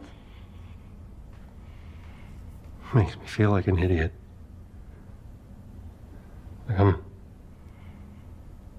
just a clueless child. I feel so dumb. It's an interesting way to describe the romantic ethos, but I would say it's not inaccurate. I mean, it sounds about right. I'm 5'9", and I didn't have trouble with women necessarily. I'm 5'9" too, Luke. That's pretty cool. Shout out to the 5'9" folks out here. I am too. You know, and hey, often enough, I mean, you know, I think leg surgery for me is not something I would be too worried about. Thinking about it or wanting it, I find it so difficult. This is pure gold. There it is, the sentence that explains why almost 60% of men have checked out of dating. Love makes me feel stupid because love requires risk, vulnerability, irrational investment. But modern dating punishes all three. Men are told compete. Oh, here's Scott Galloway. There's another video from MHD about Scott Galloway. I was thinking about watching that one with you guys too. My boys are all over 6 foot. You know, I see a lot of that. People's parents are shorter and their kids are taller. At least it seems that way. The only trouble I had with women were the ones I did wind up in a relationship with. Would have been a favor to have struck me out. I hear you, man. I really hear you. I'm 5'9" too. No way. That's so cool. You're not just bending your knees. You're not just bending your knees to just be part of the club with Luke and I, right? I mean, you really are 5'9". That's the rub though, right? The fantasy in their heads never add up, and neither can you because of that. Very true. financially, compete physically, compete socially, compete endlessly, and then they are told to be emotionally pure on top of it. Harry doesn't love Lucy, but he still wants to marry her. Why? Because she understands the game. That's not romance, that's a merger. But a man going his own way is something Hollywood can. Man, what if that's not stock footage and that's actually Manosphere Highlights Daily?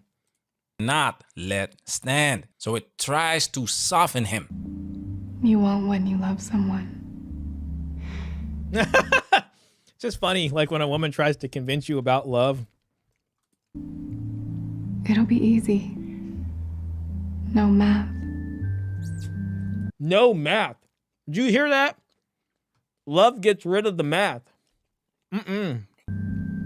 Just like Hollywood is not going to make a movie of a man living happily ever after with his robot wife, Hollywood is not going to make a movie with a man who refuses to be controlled by romance. A man who doesn't collapse the moment a woman dangles the word love in front of him. A man who won't trade his clarity for a comforting lie. Because a man like that cannot be manipulated by the narrative. He can't be guilted. He can't be shamed. He can't be steered back into the system. So instead, the film does what every modern script does. It tries to reframe his strength as a flaw. It tells him his boundaries are fear. It tells him his logic is cold. It tells him love will magically fix everything. But Harry isn't broken. He's aware. And the consequences he avoids, they show up in the next chapter. Why men who go their own way scare the system. Haven't we talked about this before, guys? MGTOW really is the only thing that, I hate to say it, but like MGTOW, I think has the most effect. It's because when guys walk away and they don't subsidize the system, to use his words, people get actually scared. Like that is the best leveraged position that you can be in. Then they want to negotiate. I used to be 5'10", but now I'm 5'9", neck arthritis. Hey man, that counts. You're part of the club. Welcome to the club. Meet Klaus, meet Luke. But hey, just looks max more, lift more, bro. Lead harder, bro. Yeah. Yeah, love is just a worm on a hook. Exactly. Love is just an insanity. Don't trust that. Exactly. Harry, you don't want to marry me. You want to do business with me, just like I want to do business with you. Oh my God. Yes. And that's how it should be, especially if women are doing business. Isn't marriage a business deal? Yes, it is. Yes, it is. I have no dowry. If anything, I have a negative dowry. I had to react to this just because of that sound effect. But love has to be on the table. See, love is her way of tricking him. See? Because remember this, right? So I have no she needs dowry. love to fix if this. Anything, I have a negative dowry.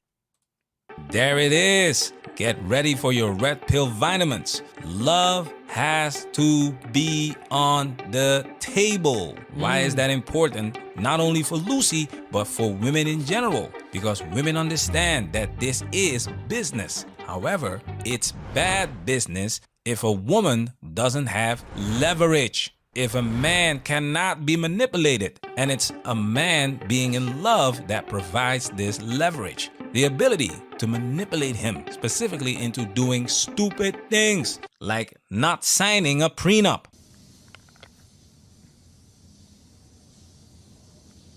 In real life, Lucy would not have walked away empty-handed. Yeah, that's all part of the Hollywood. She's not in love with Harry, but Harry is an exit plan. This is how it actually plays out in the real world. A woman like Lucy would have married Harry, smiled for the photos, taken the status, built the brand, and if things fell apart later, she would walk away with half. Unless, and this is the only thing that would stop it, Harry would make her sign a prenup. Airtight, like John Cena. That's I love the hot tamales falling down.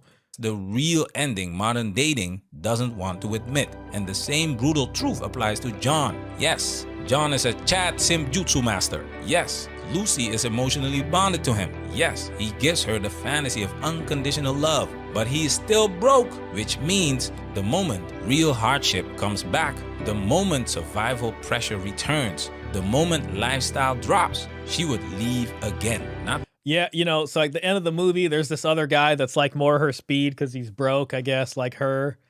But MHT is just like, you know, if it's in the movie, yeah, they get married, but then, you know, how much time, how is that going to last? I don't know, maybe, you know, because probably she's not. evil, but because that's how female nature operates. That is the tragic contradiction of the modern woman. She wants unconditional love inside a conditional marketplace. She wants romance inside an economic spreadsheet. She wants a man to love her for who she is, while she filters men through income, height, status, and lifestyle. And this is why the movie feels emotionally hollow. Not because it's badly written, but because it's too honest. The cat is out of the bag. We all know the game. Women optimize, men compete. Marriage becomes leverage. Love becomes optional. And once love starts feeling stupid to men, romance dies. And that's kind of where I also wanted to react to it because it says all roads lead to going your own way. Haven't we said that before? All roads lead to MGTOW. Shout out to the MGTOW folks out here.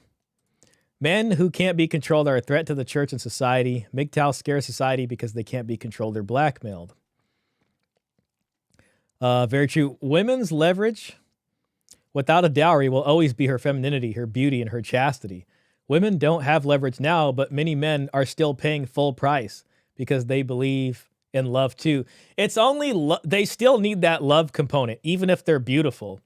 Because if they don't have that, men can just wait out the clock. And even if she's beautiful, she will end up subjecting her. If she wants to play the game like that, she will eventually have to go down and you know, end up at the brothel. She will end up in a monetized dating marketplace. Just put it that way. Unless she can lasso a guy with love. But the smarter, you know, the more guys wake up to that, then, you know, they can run her down on the clock. At least I think so. Walk away with half. Oh no, it's usually 70-30 in favor of the ladies. They call it half, but it's never half. Yeah, like this is actually a happy ending for Pedro Pascal. He never would have wanted to marry that lady, and he almost succumbed to love. Then he got lucky. She couldn't get it on him, you know what I mean? So they didn't get married. And now she's going to marry the other guy. That would have been a disaster for Pedro Pascal. A woman will choose to be worshipped over love the same way men would choose sex over love. Love is really not that important. To a woman, a man that loves her won't hurt her, worship her, and provide. It's an interesting breakdown. Thank you for that, Michael. My prediction is still that AI is going to put women out of work to such a degree that they'll have no choice but to settle for lower status men. It's going to be interesting to see how that happens. You know, I usually sit here and I'm like, yeah, AI is not going to replace a real human, especially with women, but I don't know. You know, you never know, man. Probably, but then you really want to have them parasite. But then you really want to have them parasite off you when they don't have a choice. You know what kind of sour, silent, brooding hatred they'll have for those men. All roads lead to going your own way. Shout out to Barbarossa. You know the deal. All roads lead to going your own way. There we go. All roads lead to MGTOW. That's the most beautiful part of the video. Because we've said that as much, you know, on the channel. That's why the philosophy caught fire. Not because it's rebellious, not because it's edgy, but because it's rational. And every time the system tries to suppress it, label it, or shame it, the opposite happens. The flame spreads. Why? Because the questions answer themselves. Why wouldn't a man protect himself? Why wouldn't he go where he's valued? Why would he keep investing in a game where the house always wins? Men's rights groups spent decades trying to change laws from the top down, but men walking away do something far more disruptive. They change the incentives from the bottom up. And incentives, unlike feelings, don't negotiate. And once a man realizes that I'll say I'm open to negotiate, but being in this position gives you the leverage to do so. You know what I mean? And it makes them have to come to the table. This leverage is his peace, his purpose, and his ability to walk away. The spell is broken, the transaction fails, and for the first time, on his own terms, he actually wins. Man, I love me some Manosphere Highlights Daily video. That was a fantastic video. Brothers, never ever become these women's retirement plan. Once the lie is exposed, you can't unsee it. Very true. Winter has arrived. They were warned. Remember, brothers, they chose the bear. Oh, whoops. The most dangerous thing that can happen to a man is to fall in love. I mean, honestly, shoot, I'm gonna have to like that. A man who built value, a man who learned the rules, a man who engaged with women without handing them power to ruin him. That was 100% inspirational. This movie is red pill gold. So many lessons. Pedro Pascal playing a man is hilarious. Sorry, ladies, Captain Save a host ship sailed. His character in the movie might be MGTOW, but the actor in real life definitely is not. Modern women, we're gonna decenter all men. Men deal. I know too much about W. I can't love anymore. Friggin' laughed my arse off when you said higher body count than the Predator. Harry is a businessman. When you learn how business transactions work, you become emotionless towards most things. All right. I kind of want to put up a poll. I know we got to do the pizza stream. You guys want to do that next week? So the weekend before Christmas or the weekend after Christmas? You guys still game for that? I feel like we're kind of sacrificing a stream with me doing the pizza and the retro gaming stream. So I'm going to sit on that chair. And then we'll play some games. We could still talk about the same old stuff, I might even, maybe I'll react to something, but I'll be sitting in that chair. So it's going to look different. Let me see here. Start a poll.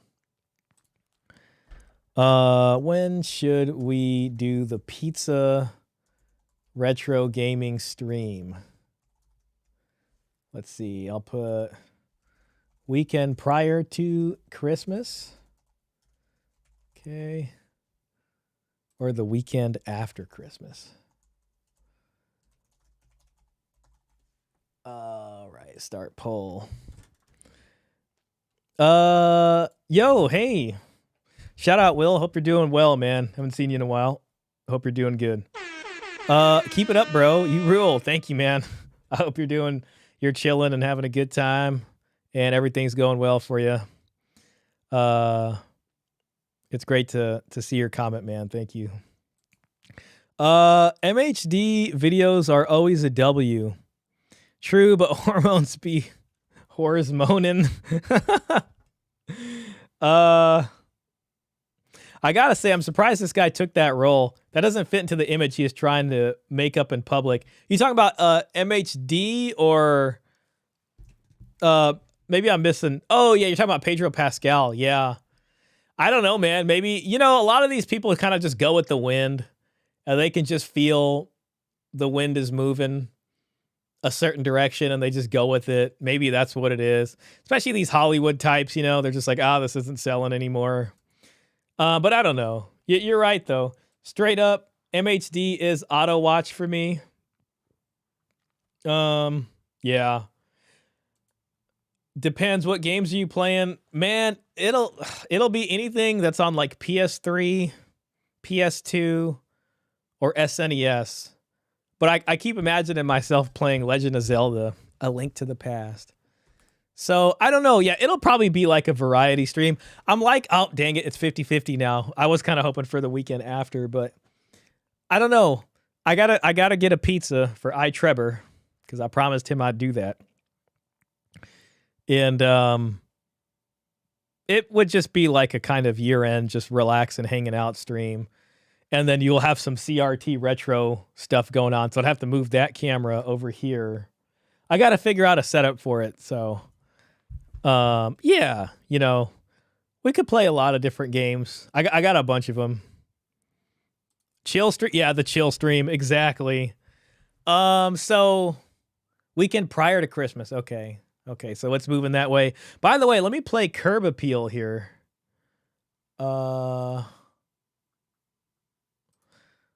Curb Appeal Club Mix. I'm just going to put that in my proper file. I think Avalanche asked for that. Let's see. I'll probably call the stream here soon. This is Curb Appeal Club Mix. And I can't remember who made this one. Is this this is from Mr. Pitt, I believe. Ooh. It even has AI art. Oh, damn it. This is the club mix of Curb Appeal. Okay, 67 for weekend prior to Christmas. Let me catch up on some chats real quick. I'm so sick and tired of games wanting subscriptions. Bro, I know. See, that's why you got to get into retro gaming, man. No Nintendo 64 or Super Nintendo game will ever ask you for a subscription. Not even PlayStation 3 games. So yeah, we will have a huge variety of games to play. Let me tell you that. Let me tell you that. And that's what's nice about retro gaming. You know, you're in this weird way, you're kind of unplugged from the internet, you know? So you could just like enjoy the game. It's just you and the game. The interesting thing about with this channel is no one that hates women or puts them down. Men generally value and appreciate women. Those who propagate misogyny really don't exist, even with MGTOW. Yeah, exactly. I mean, that's not even like something we'd even care to do. It just seems so stupid. That kind of stuff is just reactive. That's still reactive, you know, to women or whatever. It's just kind of immature. What point is there to hate? Misogyny is dumb. Indifference is better. Very much so. And a lot more effective, too. I mean, the truth really is. They would hate to see that, you know? Too much energy is exhausted for no return in hate. Ooh. That our club. Okay, that was the club remix. Man, maybe we can get some deadbeat woman going. Another fantastic song. Is that loud enough?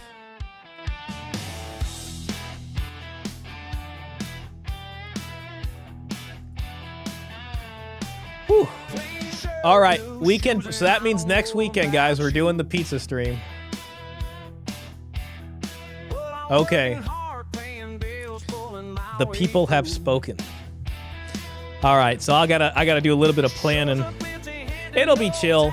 What I'll do is I'll also have a video we can react to anyways if we feel like we need it. So it'll probably be a little bit disorganized. And what I'm gonna try to do is have a pizza get delivered while I'm streaming, you know what I mean? So like the pizza could come in nice and hot. And then, you know, I'll try to get some good views and then we'll eat some pizza and play some games. Dude, another thing I might do instead of games is I might react to some of the classic Simpsons episodes that were kind of like red-pilled.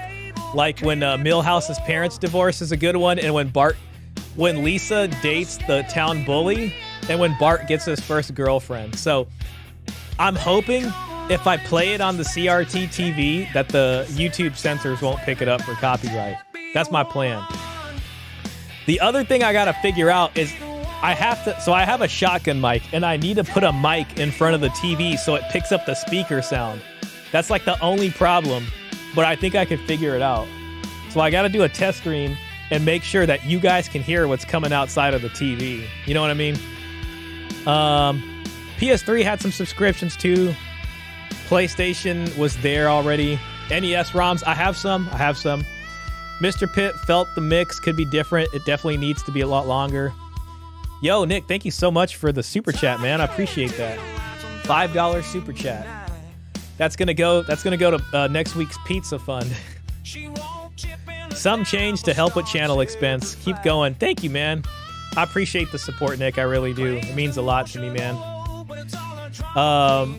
Yeah, I gotta get back in there and see Sandman's debate with whoever you guys were talking to. Thank you again.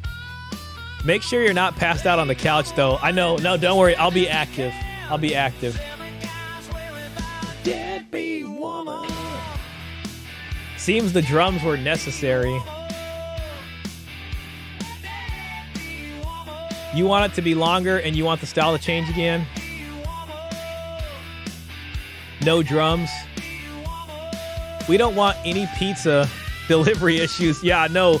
But the thing is, man, it's like, I can get the pizza before, but then it might not be like, you know, hot and fresh. And I want y'all to be able to see the full circle of pizza. You know what I mean? It's got to be a whole pizza. Let's get one more song going, just for the folks.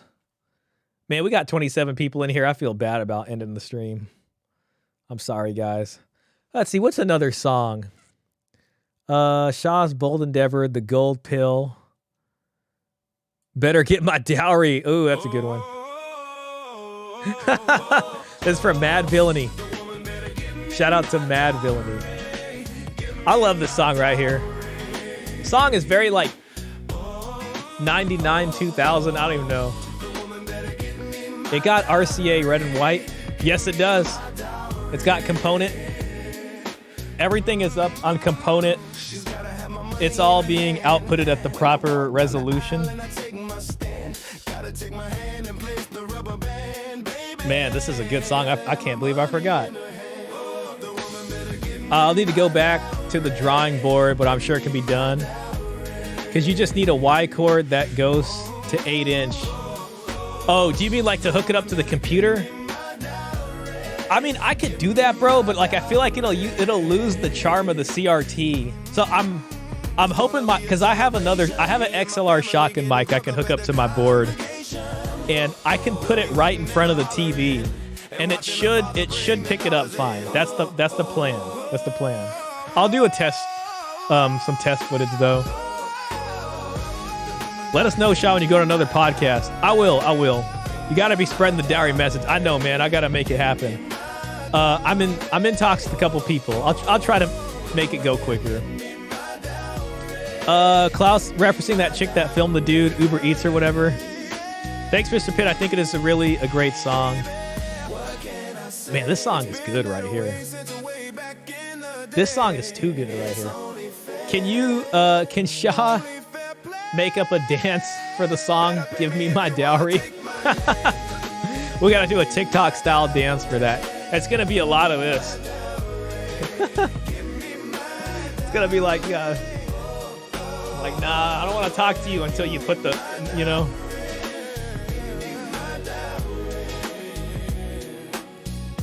I could get to my Gopnik rap tracks. My kids laugh at me. You know what? Maybe I think you gave me a Russian style one. We got the Deadbeat Woman Trap remix. Maybe we can give that some love. Okay, well, we got the Be Right Back one. I think this one's Russian. Yeah. She coming with nothing. This is the trap remix for Deadbeat Woman. So very different from our usual style. All songs played are fire. Man, yeah, they are. Mr. Pitt, no rush. This is from Luke Neal right here. This is the trap remix.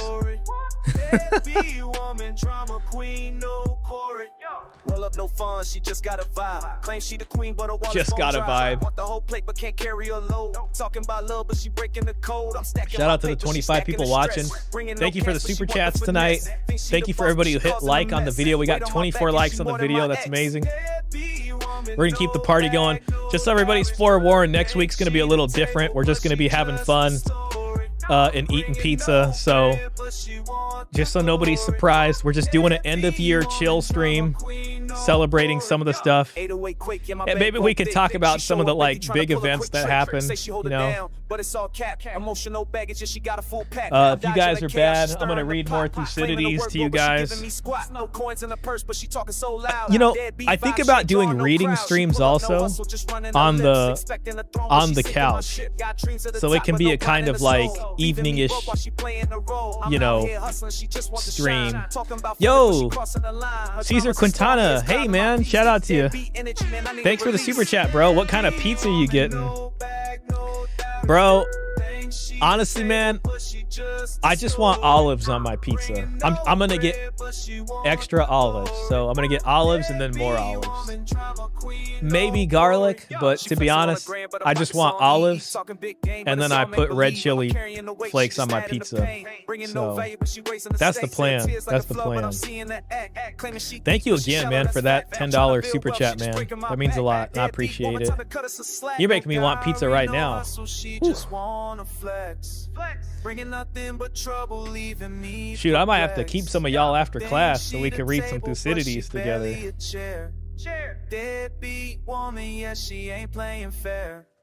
Wow. Summer was now over. The winter following the plague a second time attacked the Athenians. For although it had never entirely left them, still there had been a notable abatement in its ravages. The second visit lasted no less than a year, the first having lasted 2, and nothing distressed the Athenians and reduced their power more than this. Wow. No less than 4,400 hoplites in the ranks died of it, and 300 cavalry, because a number of the multitude that was never ascertained. Besides the number of the multitude that was never ascertained. At the same time took place the numerous earthquakes in Athens, Euboea, Boeotia, particularly at Orchomenus in the last named country. And that was 427, 5th year winter. The plague returns. We'll get more to that later. Dang, I feel like I want to play one more song for the folks while we're all hanging out. We got Dowry Dreams, Dowry Revival, Gold Pill Ledger. Okay, Gold Pill Ledger. I can't remember. Mr. Pitt, did you make this one?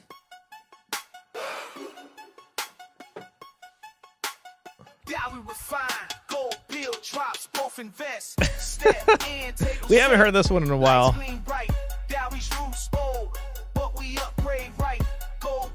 Sounds like you'd enjoy a Supreme pizza. Isn't that the one? That one has like a lot, like it's got like all the meats and stuff on it, I think. The Russian one is in the AI channel called Stairwell Demon, about an overbearing babushka. Okay, got it. I wonder if men had the same conversations we were having thousands of years ago. You know what, man? When I read this book, I realized that the answer was yes to that question. I think so, man. And this book is all about what justice is. And it seems like a conversation that could be had today. And in fact, it's even more exciting in a way. Like, you're like, wow, they may have even been smarter than we are now. That was the impression I got when I read this. Yeah, these are all good.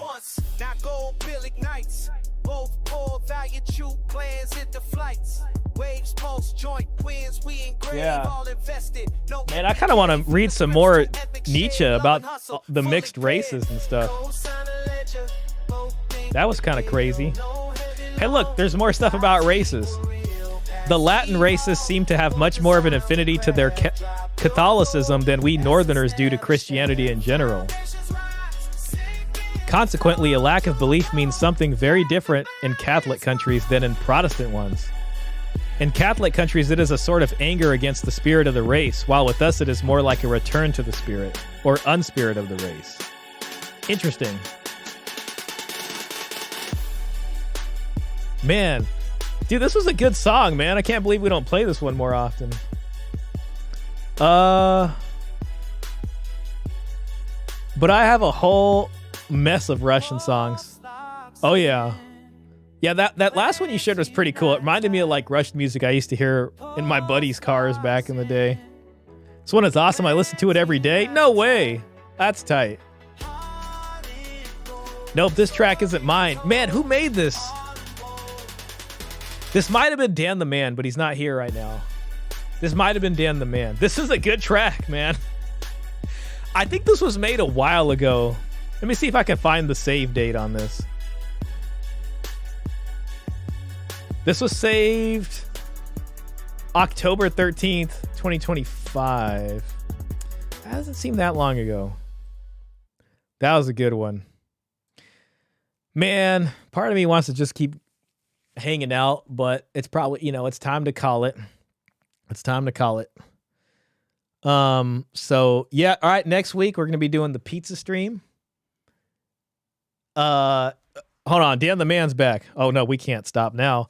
Just got back from hanging out with my brother. Shout out to Dan the Man's brother who's leaving soon for the Marines. I didn't make the track. Okay, so it wasn't Dan the Man who made that? Which amazing person made that song? And it wasn't Luke Nielsen. Who else was making music? Man, we got to get one more song going. We got to get one more song. Should have listened to Shah. All right, you know what? Just because Dan the Man's here. Oh, I do have a Russian song. All right, then we'll call it after this. Way to go, Marine. All right, where were we at? The best thing I got.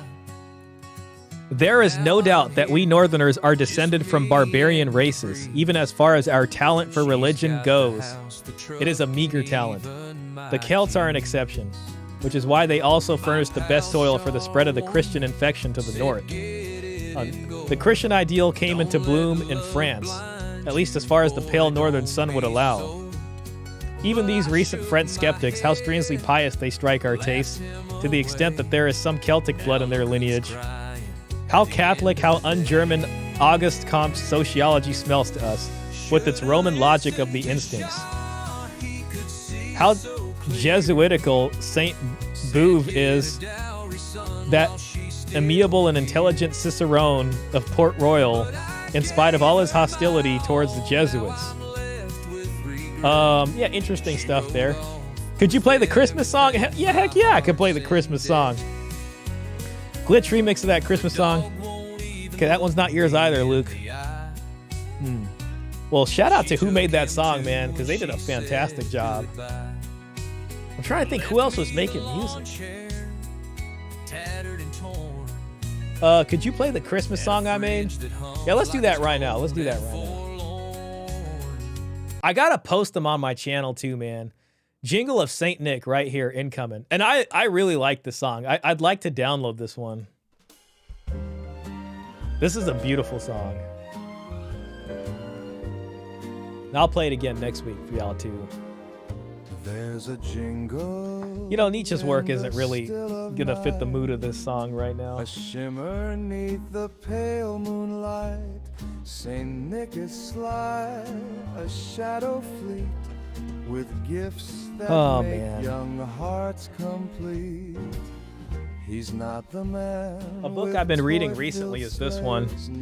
It's called The Dream and the Underworld by James Hillman. I remixed that jingle.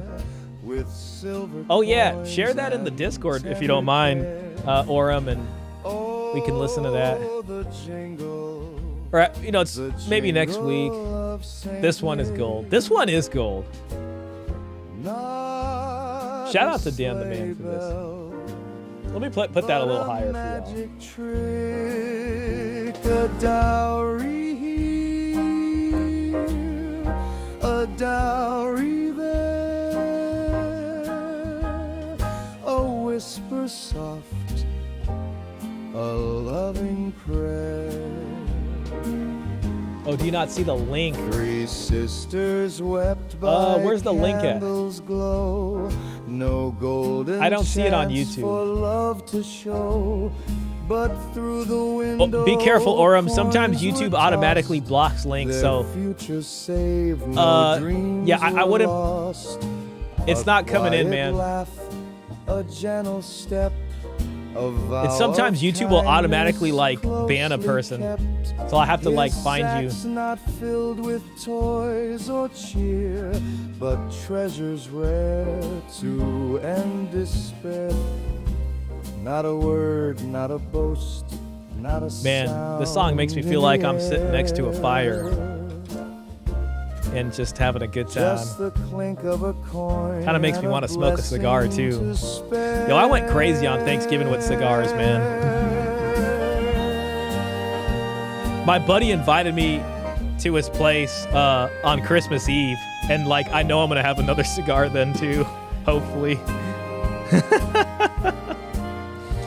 He was like, "Come over to my house on Christmas Eve, bro." And I'm like, all right. A dowry. It should show that I remixed it. Mr. Pitt set up the album there. You can get it in Suno. A whisper soft, What's it called? a loving prayer. Dang, man, the song's almost done. It's a good song. The link to the SoundCloud album is pinned in the AI channel. Yeah, I'm sorry, Orem. If you could just get it in the Discord, maybe after the show, I'll definitely play it next week. I'll definitely play it. So, yeah.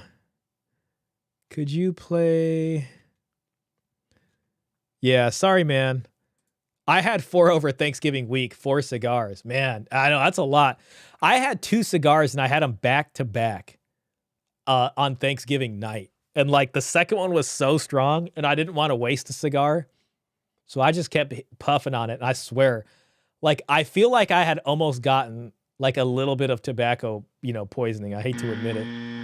And the next couple of days, I was like, why did I do that? But yeah, now I'm craving them again. It should show as remix there in Suno. How do I find that?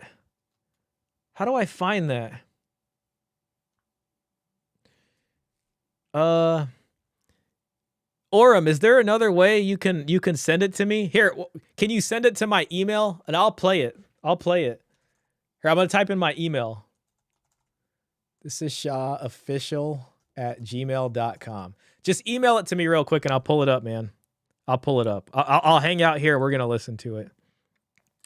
Thank you for posting the SoundCloud link. The Shah Squad. What would the dowry be today? Man, at least 150,000 on a house, if not more, but at least that. They got to put down on the marital home. Get a light cigar in the morning with some coffee. Pretty nice experience. Yeah, that sounds like a great way to start a Saturday morning right there, or like a holiday, off. I figured either I would get hit or not, but that I was going to enjoy that rare cigar. Yeah, cigars are a pleasurable experience. Let's see. I'm trying to see if Orem has emailed me so we can get his remix song. Not yet. Not seeing it. Well, we'll play one more other song, and then if Orem hasn't emailed it to us by now, then we'll listen to the next one. Hey, the Gold Pill Shah's Tale. Oh, here we go. Okay, there's 2 of them. Wait, what's the second one?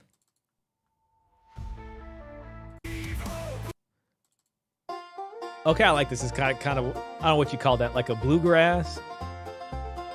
Join the Discord. Yes, please join the Discord. You can find the link in the description.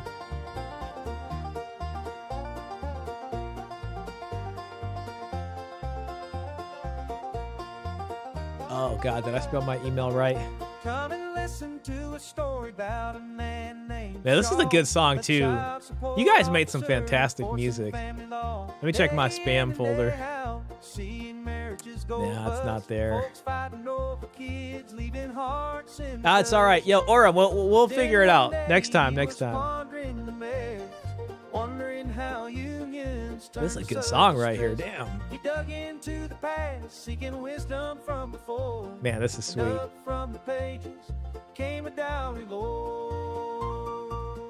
Fun fact, I showed my uncle and aunt my Christmas dowry song, and I used that as an opportunity to drop the origin of the dowries.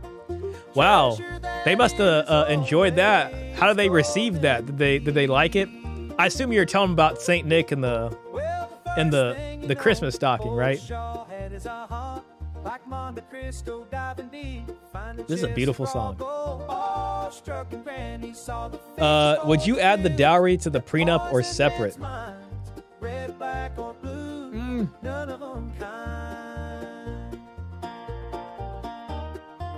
I'd keep it separate.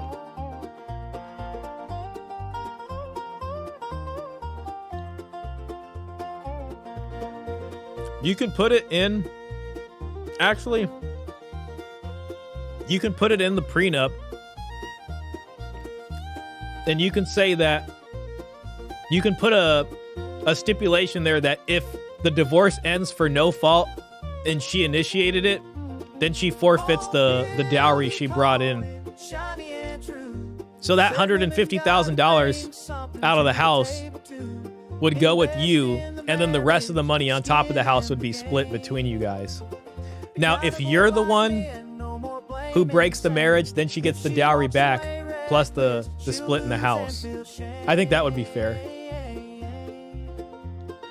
That would be fair. Sent it? Oh, I see it. All right, here we go. The Jingle of St. Nick glitch cover. Okay, this sounds very industrial. I don't know how Christmassy this is going to be, but I'm open.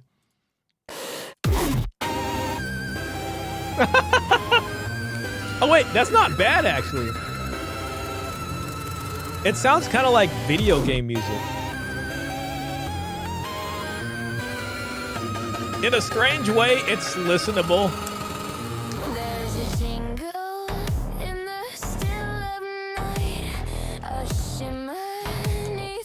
Let me tell you, I'm imagining a specific kind of woman, and I have a feeling it's Raymond's type of woman. Like, he'd be like, oh, that chick is doing it for me.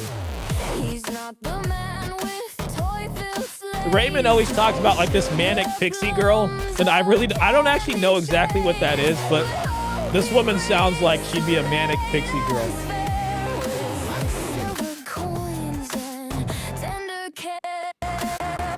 I kind of like it, bro. I'm gonna bookmark that.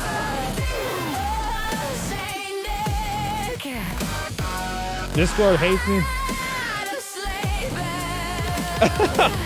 They were like, okay, that's cool. They were like, Dan, when did you become such a history guy? Shout out to Caesar Quintana for that.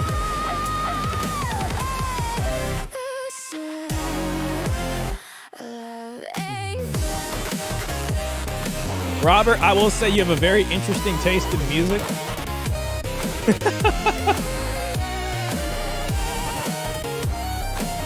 I found out that Spotify, the voice a little bit. I found out that Spotify is now promoting ghost artists that are actually 100% AI. Interesting. Wow, that will be very profitable for Spotify. Imagine that you're Spotify, and instead of paying actual people, you can have AI and net all of the money, bro. That's insane. Man, the AI music stuff is just wild. Good idea, Shah. Thank you, Michael. Was only a matter of time. Intro reminds me of Pokemon Red Blue Haunted Mansion. I never had Red Blue, but I did have Pokemon Yellow on Game Boy Color.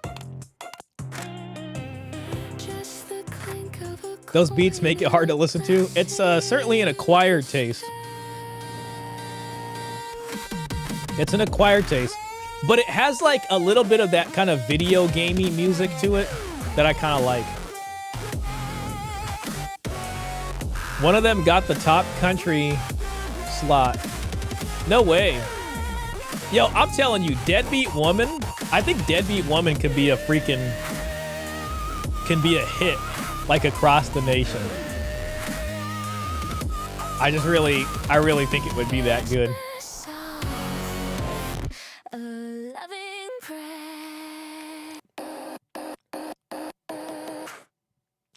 All right. Well, we made it. All right, Orem. All right, folks. Well, I'll see you next time, and next time it's going to be over there on that chair, and hopefully it'll work out. You know, hey, we're just trying something new. We're going to have some fun, and hopefully everybody has a fantastic week. And, you know, I pray and hope that good things happen to y'all. If you guys got goals you're working towards, I hope you accomplish those or make meaningful progress towards accomplishing them. And if you're dealing with anything tough out there and, you know, some kind of horrible thing or, you know, just a tough, difficult thing, I hope that the burden is lightened on y'all and you're able to get through it. Other than that, I appreciate everybody that was here. You know, Luke, Orem, Michael Sayin, Dan the Man, Nick Unplugged, you know, and just Jax Ali, Caesar Quintana, just all the folks that were in here hanging out. And it's always a blessing. So you guys make this fun for me. And I will see y'all on the next one. Salute to y'all. We'll see y'all next week with some retro gaming.